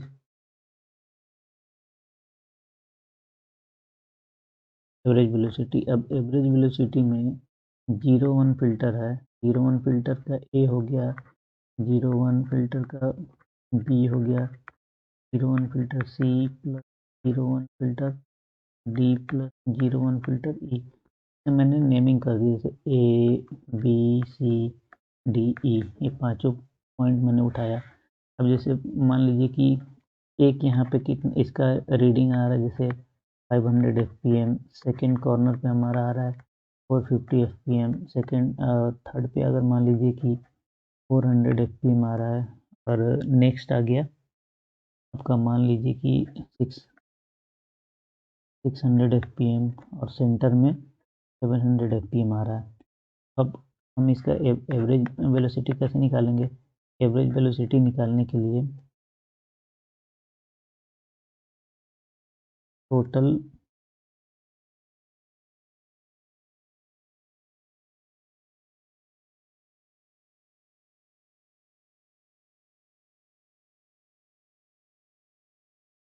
CFM हम कैलकुलेट कर देंगे। ठीक है, या फिर आप लिख सकते हैं कि sum of CFM divided by total number of readings हो जाएगा। टोटल नंबर ऑफ,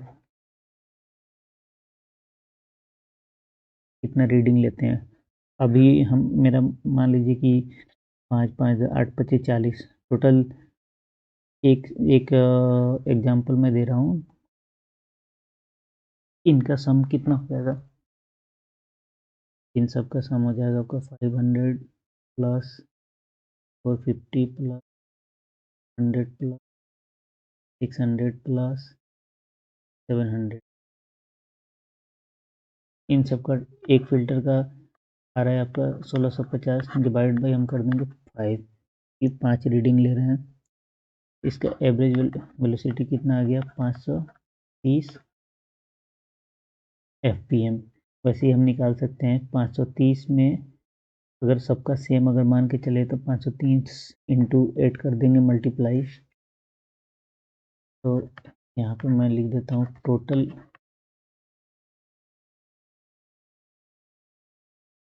मैं आपको वैसे ही बताने के लिए समझा रहा हूँ।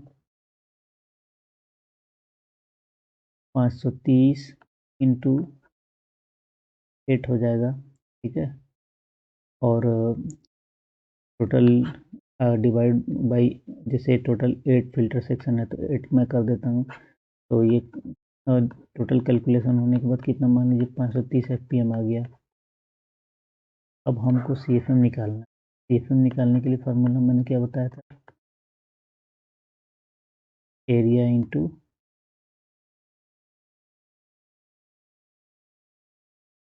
Average velocity. ठीक है, एरिया अपना आया था 86.08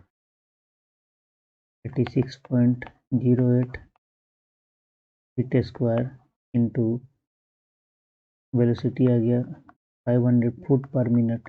इसको मैं ऐसे लिखता हूँ, फुट पर मिनट। ठीक है, पर मिनट हो गया।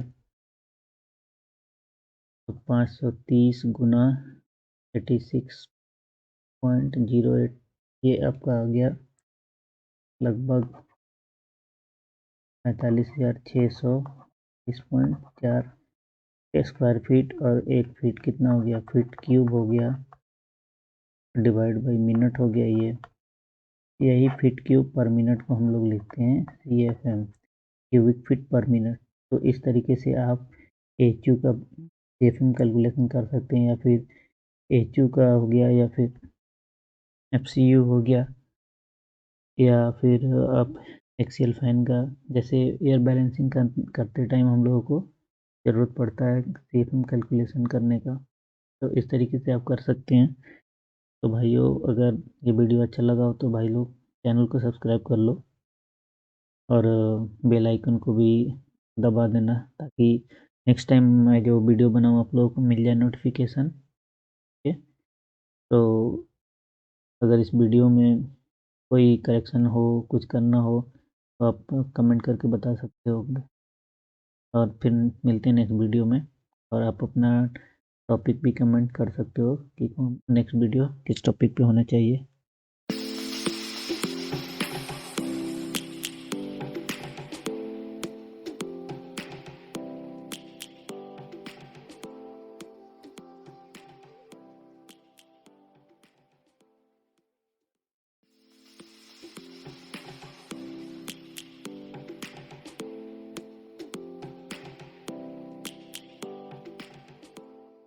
हेलो दोस्तों, एक बार फिर से आप सबका इस चैनल में स्वागत है। और आज इस वीडियो में हम डिस्कस करने वाले हैं मिनिमम फ्रेश एयर रिक्वायरमेंट। जैसे कि हमें कभी कभी फ्रेश एयर कैलकुलेशन करना होता है कि मान लीजिए कि किसी रूम में आपको फ्रेश एयर देना है ताकि सफोकेशन ना हो, तो उस केस में आपको कैलकुलेशन करना होता है। तो इस वीडियो में आपको कैलकुलेशन करने का तरीका बताऊंगा, मेथड बताऊंगा, आप कैसे कैलकुलेट कर सकते हैं। चाहे वो एप्लीकेशन आपका कोई भी हो सकता है, जैसे बेडरूम हो सकता है, ऑफिस हो सकता है, वर्क स्टेशन हो, या फिर जो भी एप्लीकेशन हो। मैं एक दो एग्जांपल करके बताऊंगा। आप मेरे पास एक चार्ट है, उस चार्ट को देख के आप किसी भी एप्लीकेशन का फ्रेश एयर कैलकुलेशन कर सकते हैं। सो देखते हैं मेथड वन। मेथड वन क्या है? ये बोलता है कि air change rate. Air change rate होता है एयर चेंज पर आवर। मतलब एयर चेंज पर आवर का मतलब मैं अभी बताऊंगा, पहले उसका फार्मूला मैं बता दूं। तो एयर चेंज पर आवर के हिसाब से जब हम इस फार्मूला को अप्लाई करके जब हम फिर फ्रेश एयर कैलकुलेशन करते हैं, सीएफएम कैलकुलेशन, तो इसका फार्मूला होता है एयर चेंज रेट, मतलब air change per our into room volume. जो भी रूम है, ऑफिस है, जो भी एरिया है, उसका वॉल्यूम होगा फीट क्यूब में, क्यूबिक फीट में, और उसको डिवाइड कर देंगे 60 मिनट से। और air change per our, air change per our जिसको शॉर्टकट में हम लिखते हैं ACPH और ACH, एयर चेंज आवर और एयर चेंज रेट। ये क्या होता है कि हाउ मेनी टाइम्स आपका जो रूम में एयर ऐड होना है और रिमूव होना है, मतलब कितना बार उस रूम से एयर को चेंज करना है। तो air change per hour is a measure of the air volume added to और remove from a space in 1 hour. तो 1 घंटे में आपका गेट कितना बार ओपन हो रहा है, कितना बार क्लोज हो रहा है, और ओपन क्लोज होने की वजह से एट द सेम टाइम क्या होता है कि एयर चेंज हो जाता है, आउटसाइड एयर इन हो जाता है, इनसाइड एयर बाहर चला जाता है, divided by volume of the space. तो ACPH का जो फार्मूला होता है 60 क्यू डिवाइडेड बाय वॉल्यूम। तो 60 तो हो गया 60 मिनट, उसके बाद क्यू हो गया आपका फ्लो रेट। जो भी CFM अगर आपको पता है तो आप एयर चेंज पर आवर निकाल सकते हैं। और वॉल्यूम हो गया स्पेस का वॉल्यूम, जो भी एरिया है उसका वॉल्यूम। उसके बाद ये आपको एक चार्ट दिखा रखा है, recommended rate of air calculation for different area. तो ये डिफरेंट एरिया के लिए एयर चेंज पर आवर दे रखा है। जैसे अभी हम लोग बेडरूम का CFM कैलकुलेट करेंगे, फ्रेश एयर कैलकुलेट करेंगे, तो बेडरूम का जो एयर चेंज पर आवर है वो 2 to 4, तो हम मैक्सिमम वाला लेंगे 4 air change per our. Same वैसे ही अगर बाथरूम का कैलकुलेशन करना होता है फ्रेश एयर, तो हम 6 to 10 के बीच में हम कुछ भी ले सकते हैं। ये मिनिमम है और 10 मैक्सिमम है, तो मैक्सिमम वाला ही कैलकुलेट करना चाहिए, क्योंकि CFM जैसे अच्छा आएगा, ज़्यादा आएगा, तो एयर चेंज अच्छे से होगा रूम का, उस एरिया का। सेम वैसे ही कैंटीन का, कॉलर का, चेंजिंग रूम, क्लब रूम, तो आप जिस एरिया का भी निकालना चाहें फ्रेश एयर कैलकुलेशन करना चाहें, तो इस सीट को देख के आप कर सकते हैं। ऑफिस एरिया है, लिविंग रूम है, सेम वैसे ही शावर हो गया, bath, STP room, sewerage treatment plant room होता है, जहाँ पे बिल्डिंग का ड्रेनेज पानी जहाँ जमा होता है उसका भी करना होता है फ्रेश एयर कैलकुलेशन, और वहाँ से हम लोग एग्जॉस्ट भी करते हैं। फिर टॉयलेट का करना हो, यूटिलिटी रूम हो या वेल्डिंग शॉप हो, तो एक क्वेश्चन है, उस क्वेश्चन को बना के हम कैलकुलेट करते हैं फ्रेश एयर को। तो calculate the fresh air requirement for the bedroom. एक बेडरूम का फ्रेश एयर कैलकुलेशन करना है अगर उस रूम का एयर चेंज पर आवर है 4 चेंजेस पर आवर। बेडरूम का जैसे हम लोग देखे थे यहाँ पे बेडरूम का 2 to 4 है, तो मैं 4 एयर चेंज पर आवर ले रहा हूँ मैक्सिमम। आप भी मैक्सिमम लेके ही कैलकुलेट करना। और उस रूम का डायमेंशन जो दिया हुआ है 15 फीट बाई 15 फीट, और रूम का हाइट जो है 12 फीट हाइट है। तो इसका कैलकुलेशन करने के लिए फ्रेश एयर रिक्वायरमेंट, तो CFM इक्वल टू होगा आपका air change per hour into volume of the room divided by 60 minute. तो अभी क्या करते हैं अपन, रूम का वॉल्यूम निकाल लेते हैं। तो वॉल्यूम ऑफ द रूम क्या होगा, एरिया इंटू हाइट। तो जो भी रूम का लेंथ, विड्थ इंटू हाइट तीनों को मल्टीप्लाई कर देंगे तो उस रूम का वॉल्यूम निकल के आ जाएगा। तो आइए मल्टीप्लाई कर लेते हैं, 15 बाई 15 बाई 12 फीट, तो ये अपना वॉल्यूम आ जाएगा 2700 क्यूबिक फीट। क्योंकि स्क्वायर फीट को अगर हम हाइट से मल्टीप्लाई करेंगे तो फीट स्क्वायर और इंटू फीट मिलके फीट क्यूब हो जाएगा, वो क्यूबिक फीट। वॉल्यूम हमेशा मीटर क्यूब, सेंटीमीटर क्यूब और फीट क्यूब में ही आता है। तो अब हमारे पास रूम का वॉल्यूम भी आ गया है। तो अब आइए देखते हैं कि CFM कैसे निकलेगा। तो CFM के लिए फिर से air change per our room volume divided by 60 minute. अब यहाँ पे हम वैल्यू पुट करेंगे। एयर चेंज पर आवर अपना था 60 air change per hour into 2700 cubic feet area था। इसको डिवाइड कर देंगे हम 60 मिनट से। उसके बाद ये अपना आ जाएगा 10,800। 2700 इंटू 4 करेंगे 10,800 और डिवाइड बाई कर देंगे 60 मिनट से। तो ये अपना CFM निकल के आ जाएगा 180 क्यूबिक फीट पर मिनट। क्यूबिक फीट पर मिनट को ही CFM बोलते हैं, CFM क्यूबिक फीट पर मिनट। ये 180 CFM आ गया। तो आप इस CFM के बेस पे फाइन सेलेक्ट कर सकते हैं। सेकंड मेथड है अननोन ऑक्यूपेंसी। मान लीजिए कि आप किसी रूम का या फिर किसी भी एरिया का फ्रेश एयर कैलकुलेशन करने जा रहे हैं। अगर आपको ऑक्यूपेंसी पता ना हो कि वहाँ उस एरिया में कितने बंदे बैठेंगे, कितने बंदे वहाँ पे रहेंगे, तो उस केस में आपका एक फार्मूला है, if the occupancy of the building is unknown but if it has a particular application such as an office computer room, then fresh air requirement can still be calculated। तो जो भी area हो, अगर application भी कोई भी हो, अगर बिल्डिंग ऑक्यूपेंसी अननोन है, आपको पता नहीं है, तो भी आप फ्रेश एयर कैलकुलेशन कर सकते हो। उसके लिए एग्जांपल है ऑक्यूपेंसी रेट।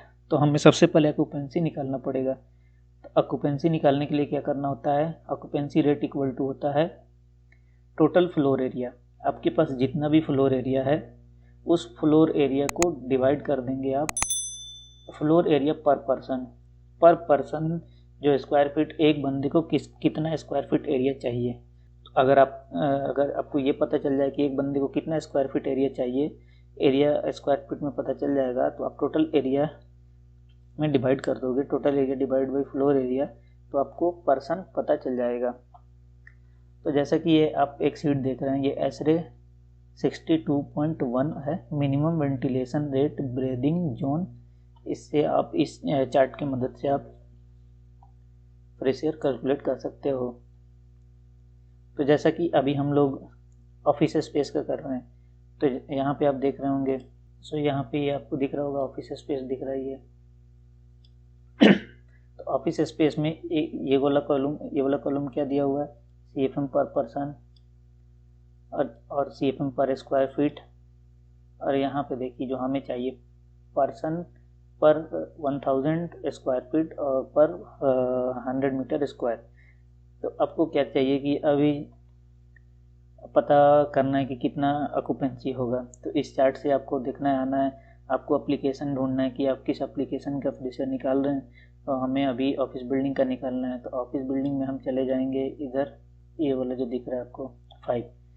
तो 1000 स्क्वायर फीट में 5 बंदे होने चाहिए। अगर ऑफिस स्पेस, अगर एप्लीकेशन ऑफिस है तो 1000 स्क्वायर फीट में 5 पीपल होना चाहिए। तो ऑक्यूपेंसी रेट हम यहाँ से निकाल सकते हैं, total floor area divided by floor area पर पर्सन। तो ऑक्यूपेंसी रेट फिर से हम मान लीजिए कि अपना फ्लोर एरिया जो है 1200 स्क्वायर फीट है और 200, अब 1000 फीट स्क्वायर था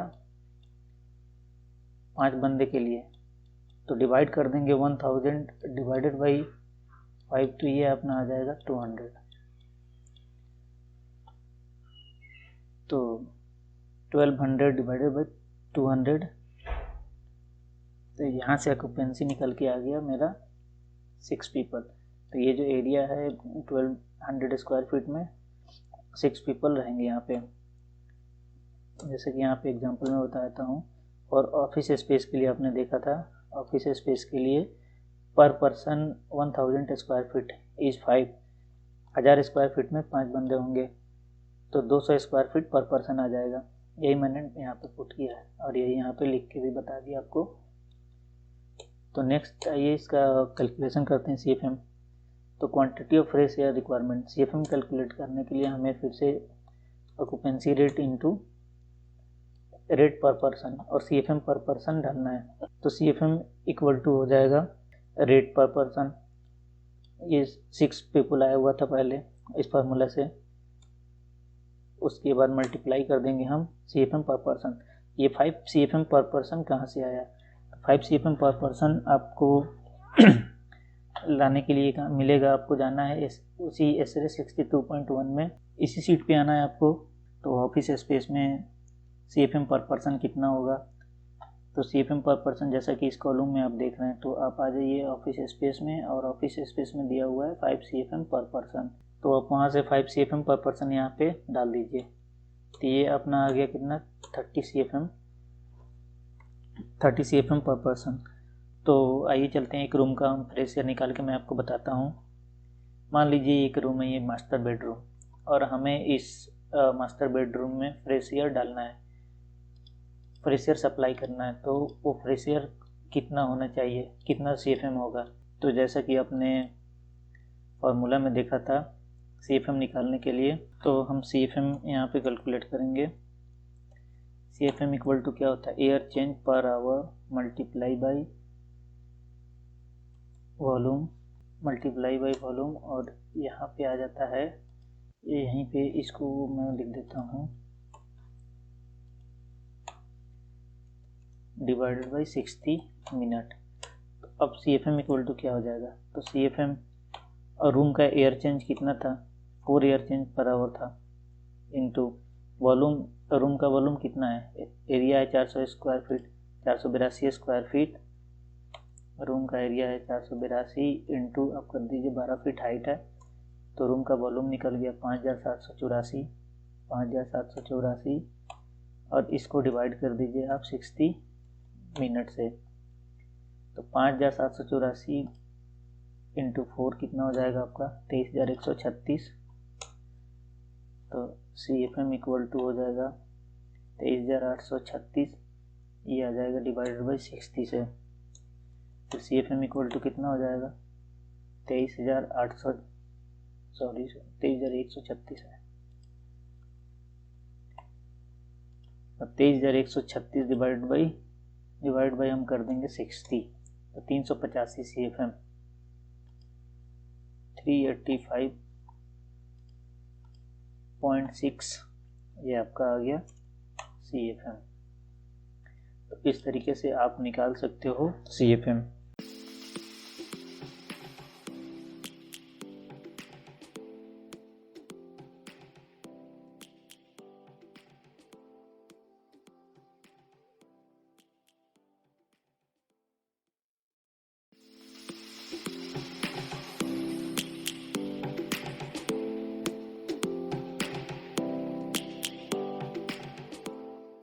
हेलो दोस्तों, एक बार फिर से आपका सबका स्वागत है इस चैनल में। और आज इस वीडियो में हम डिस्कस करने वाले हैं टॉयलेट एग्जॉस्ट एयर रिक्वायरमेंट।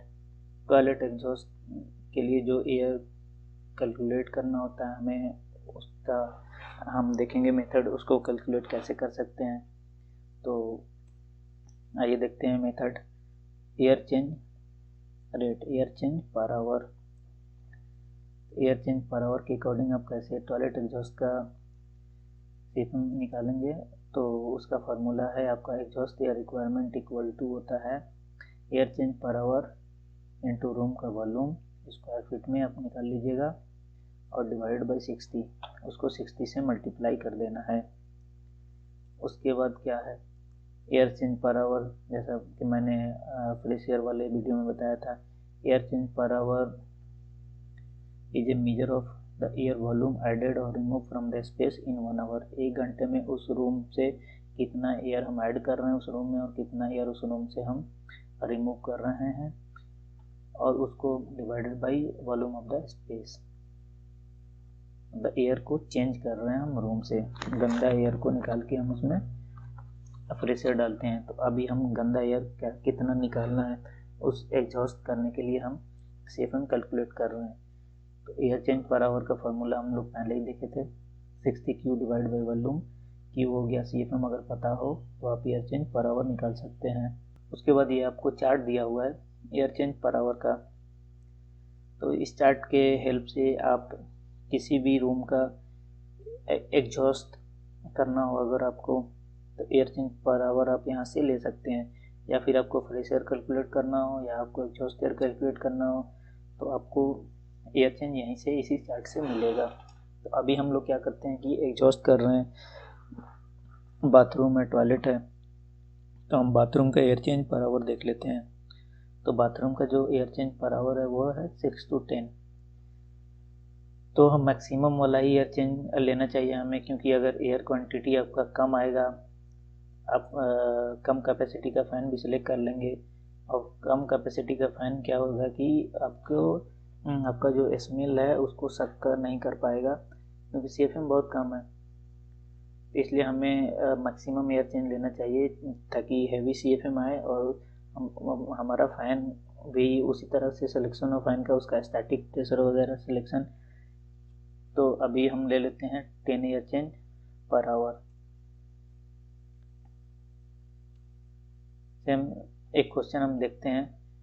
तो calculate the exhaust air requirement for the bedroom, sorry for the bathroom. Bathroom का एग्जॉस्ट एयर रिक्वायरमेंट निकालना हमें।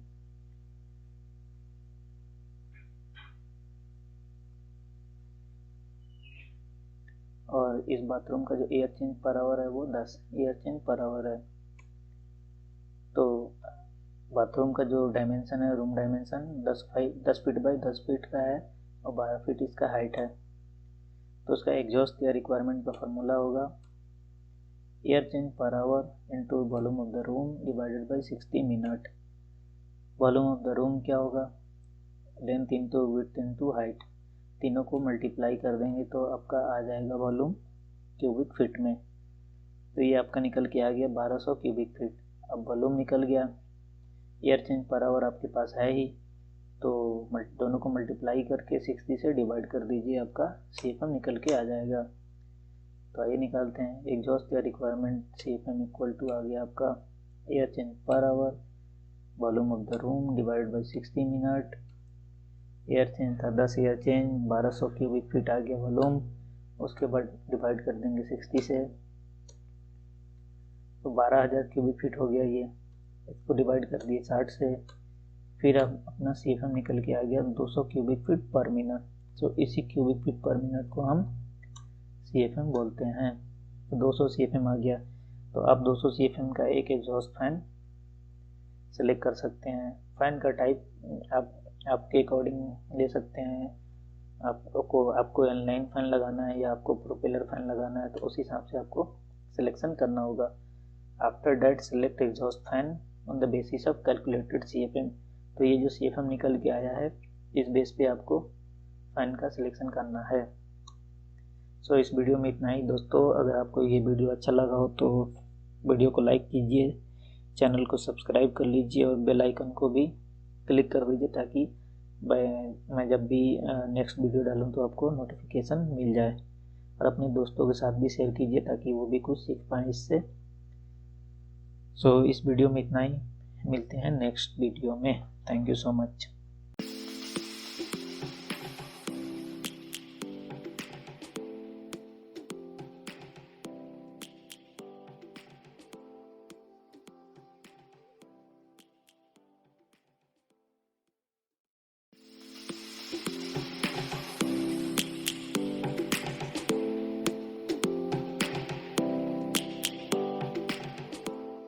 हेलो दोस्तों, welcome to my YouTube channel. और आज इस वीडियो में हम डिस्कस करने वाले हैं external static pressure for supply duct. तो आज हम सप्लाई डक्ट का एक्सटर्नल स्टैटिक प्रेशर निकालेंगे सॉफ्टवेयर के द्वारा।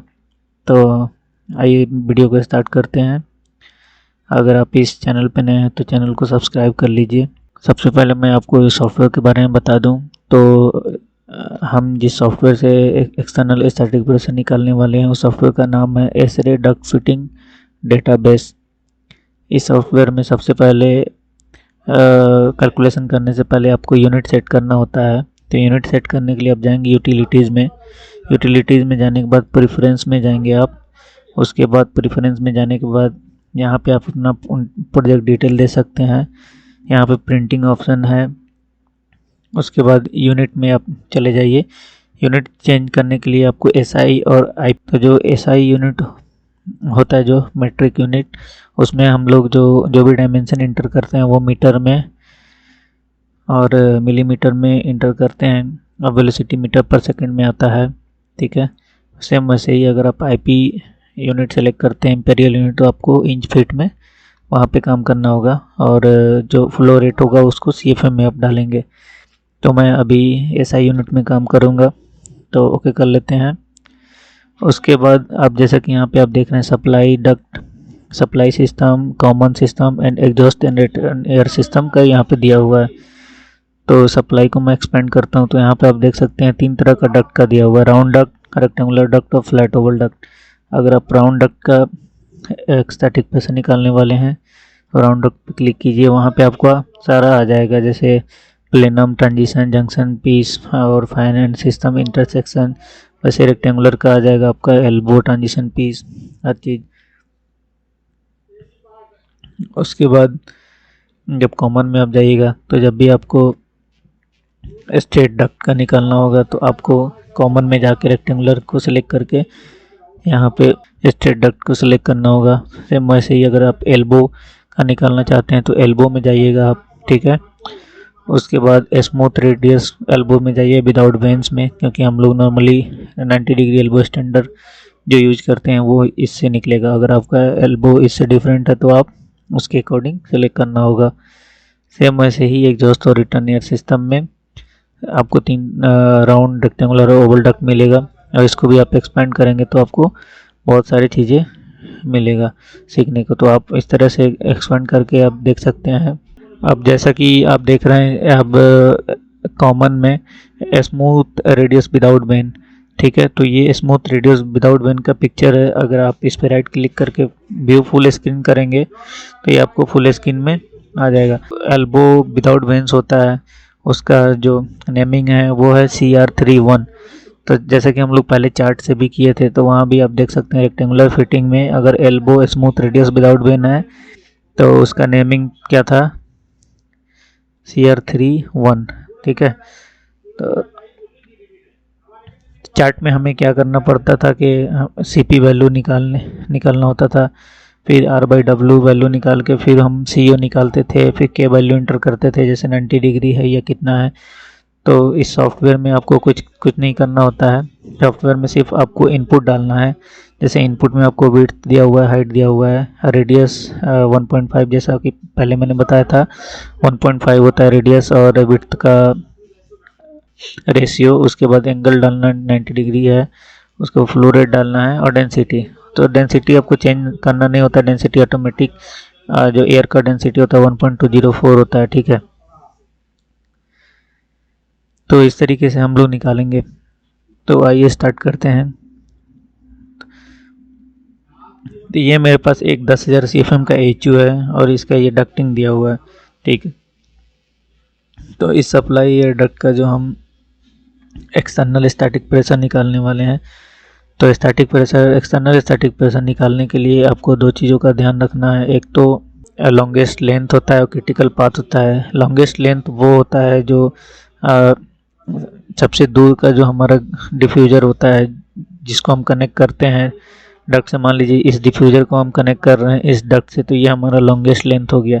और क्रिटिकल पाथ वो होता है जिसमें सबसे ज़्यादा ग्रिल डिफ्यूज़र, बीसीडी, डैम्पर वगैरह लगा हुआ है।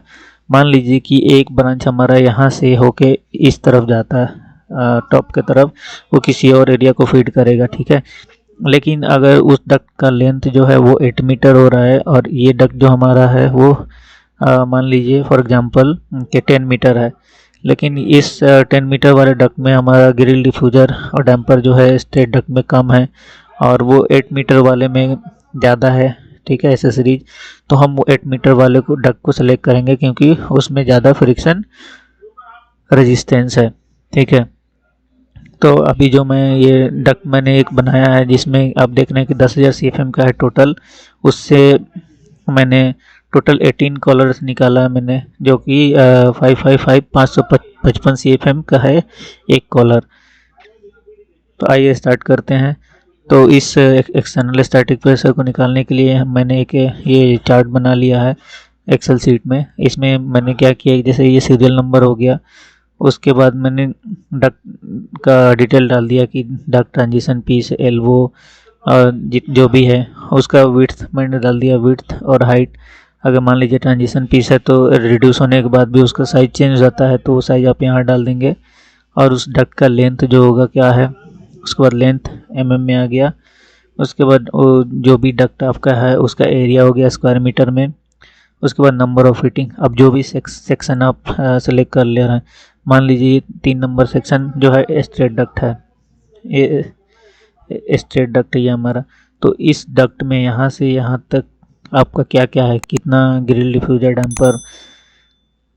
अगर यहाँ पे बीसीडी एक लगा होता तो एक स्ट्रेट डक्ट हो गया और प्लस एक एसेसरीज में बीसीडी आ जाता। तो इस तरीके से आपको एक चार्ट बना लेना पड़ेगा और फिर उस डक्ट से कितना CFM निकल रहा है। मान लीजिए ये डक्ट जो हम सेलेक्ट कर रहे हैं उसमें कितना CFM जा रहा है, तो ये 10,000 CFM का डक्ट है, तो मैंने 10,000 CFM कर दिया। और उस CFM को फिर क्या किया, एयर फ्लो को लीटर पर सेकंड में चेंज कर लिए। तो सबसे पहले हम स्टार्ट करते हैं नंबर 1 से। नंबर 1 क्या है, हमारा डक्ट है 900/400 का और उसका लेंथ है 1.5 mm। तो जो माउथ पीस कनेक्शन है वो 900/400 का है। डक्ट का हाइट यहाँ पे 400 है, तो ये भी 900/400 का है और 1.5 इंच 150 mm इसका लेंथ है और 10,000 CFM इससे सप्लाई हो रहा है। तो ये एक स्ट्रेट डक्ट है। तो इसको निकालने के लिए हम जाएंगे सॉफ्टवेयर में, कॉमन में चले जाएंगे। कॉमन में जाने के बाद आपको स्ट्रेट डक्ट में जाना होगा, रेक्टेंगुलर में। उसके बाद यहाँ पे डक्ट का डिटेल डाल दीजिए, हाइट कितना है 400, उसके बाद विड्थ कितना है 900, उसके बाद लेंथ कितना है मीटर में मांग रहा है तो 0.15 मीटर हो गया। उसके बाद फ्लो रेट डाल दीजिए आप लीटर पर सेकंड में। तो लीटर पर सेकंड में फ्लो रेट आपका है 4,721। तो यहाँ पे मैंने डाल दिया 4,721। और डेंसिटी आपको चेंज नहीं करना है क्योंकि एयर का डेंसिटी आपका 1.204 होता है। और एब्सोल्यूट रफनेस को भी चेंज नहीं करना है क्योंकि जो GI डक्ट हम लोग यूज करते हैं उसका एब्सोल्यूट रफनेस होता है 0.09। अब एब्सोल्यूट रफनेस क्या होता है इसके लिए आप पढ़ सकते हैं गूगल पे सर्च करके। तो अभी मैंने इनपुट डाल दिया। इनपुट डालने के बाद हम कैलकुलेट करेंगे जब, तो यहाँ पे वेलोसिटी, उसका वेलोसिटी, प्रेशर, फ्रिक्शन फैक्टर और प्रेशर लॉस पास्कल में ये सब निकल के आ गया। तो अभी हम जो सेलेक्ट कर रहे हैं वो एक्सटर्नल स्टैटिक प्रेशर। तो अभी जो हमारा डक्ट 900/400, इसमें जो लॉस हो रहा है वो 0.4 पास्कल का। तो यहाँ पे आप इंटर कर दीजिए 0.4 पास्कल। उसके बाद हमारा एक ट्रांजिशन पीस है। अब ट्रांजिशन पीस जैसा कि आप देख रहे हैं 900/400 से ये इनलार्ज हो रहा है 1600/400 का। तो यहाँ पे एंटर कर दीजिए 900/400 फिर 1600/400।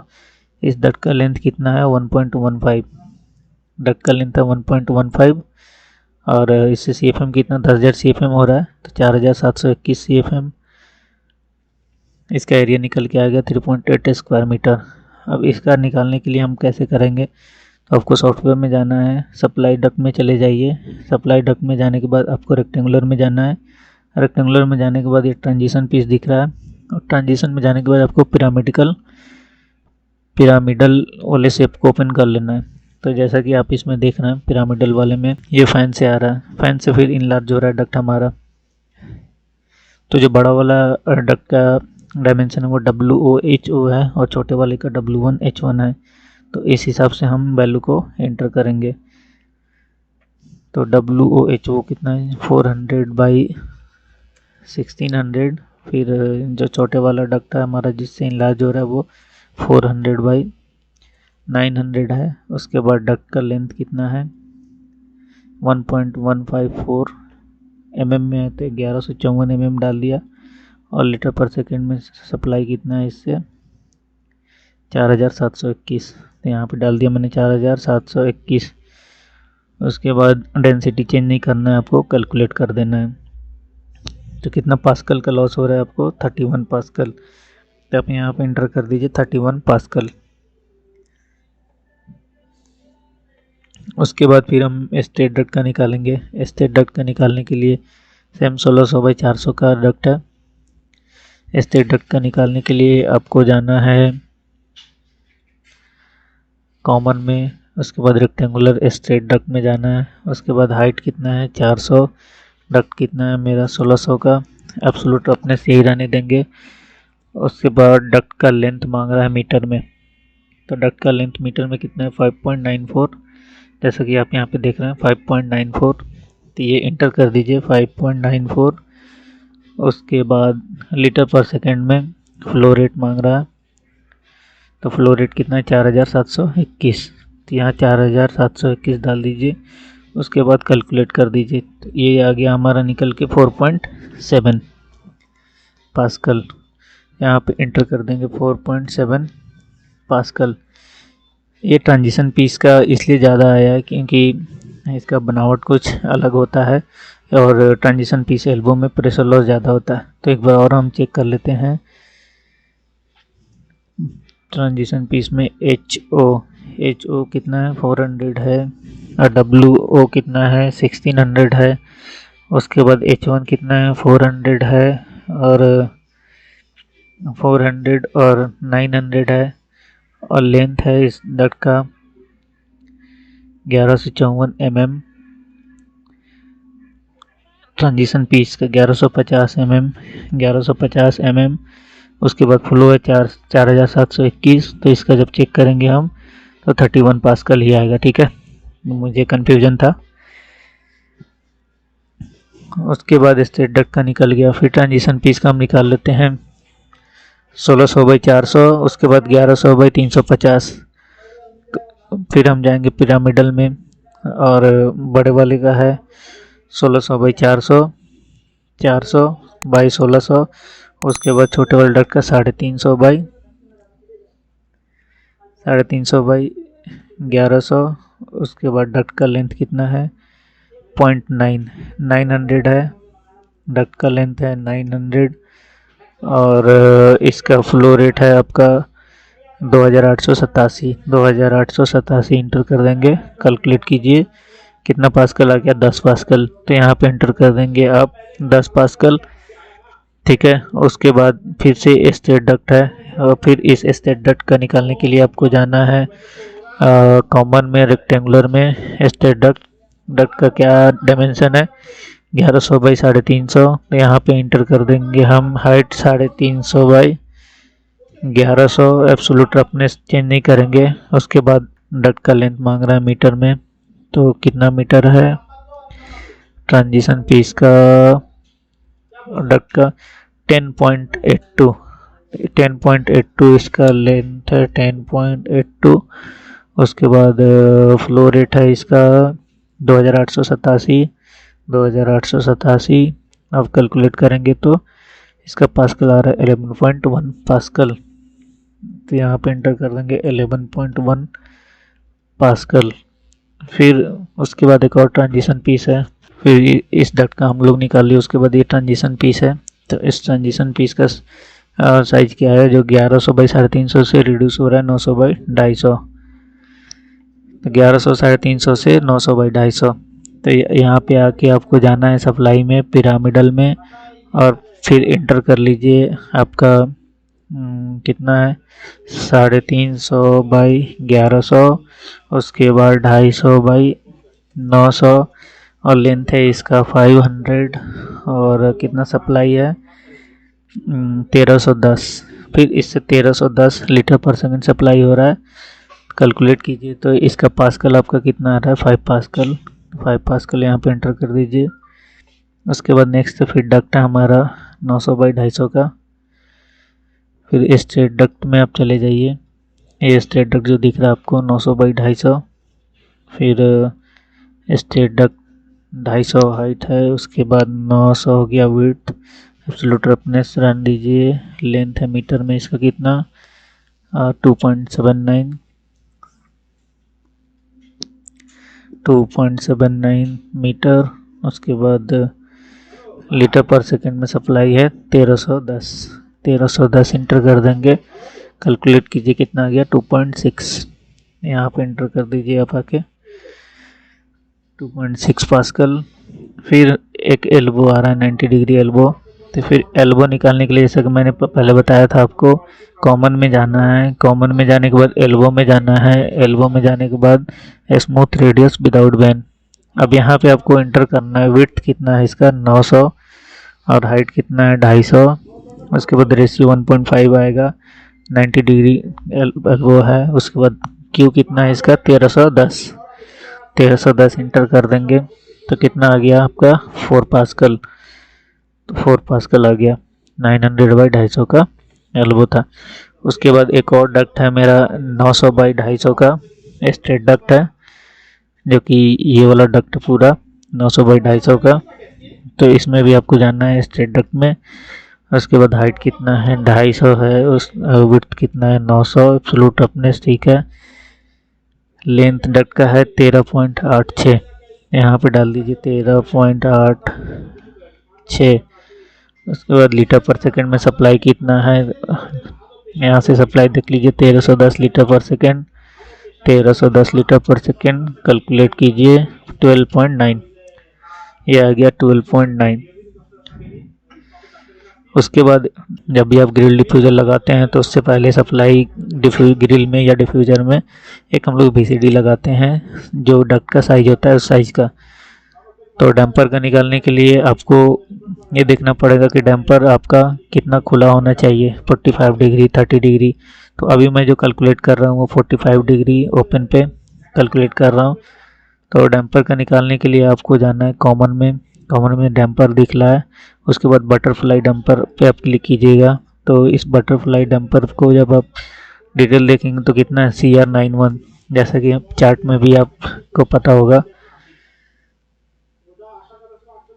चार्ट से जब हम लोगों ने निकाला था तो ये देख रहे होंगे आप, ये बटरफ्लाई डंपर था CR91। और इसमें जैसे जो भी आपका हाइट बाई विड्थ है डक का, उस साइज का हम लोग डंपर लगाते हैं। और इसमें आपको CO वैल्यू निकालना होता था थीटा और H/W से, ठीक है। अब कितना डिग्री एंगल होगा वैसे ही आपको यहाँ पे सॉफ्टवेयर में डालना है। सॉफ्टवेयर में डालने के लिए मान लीजिए कि जो डैम्पर डक्ट का साइज यहाँ पे क्या है,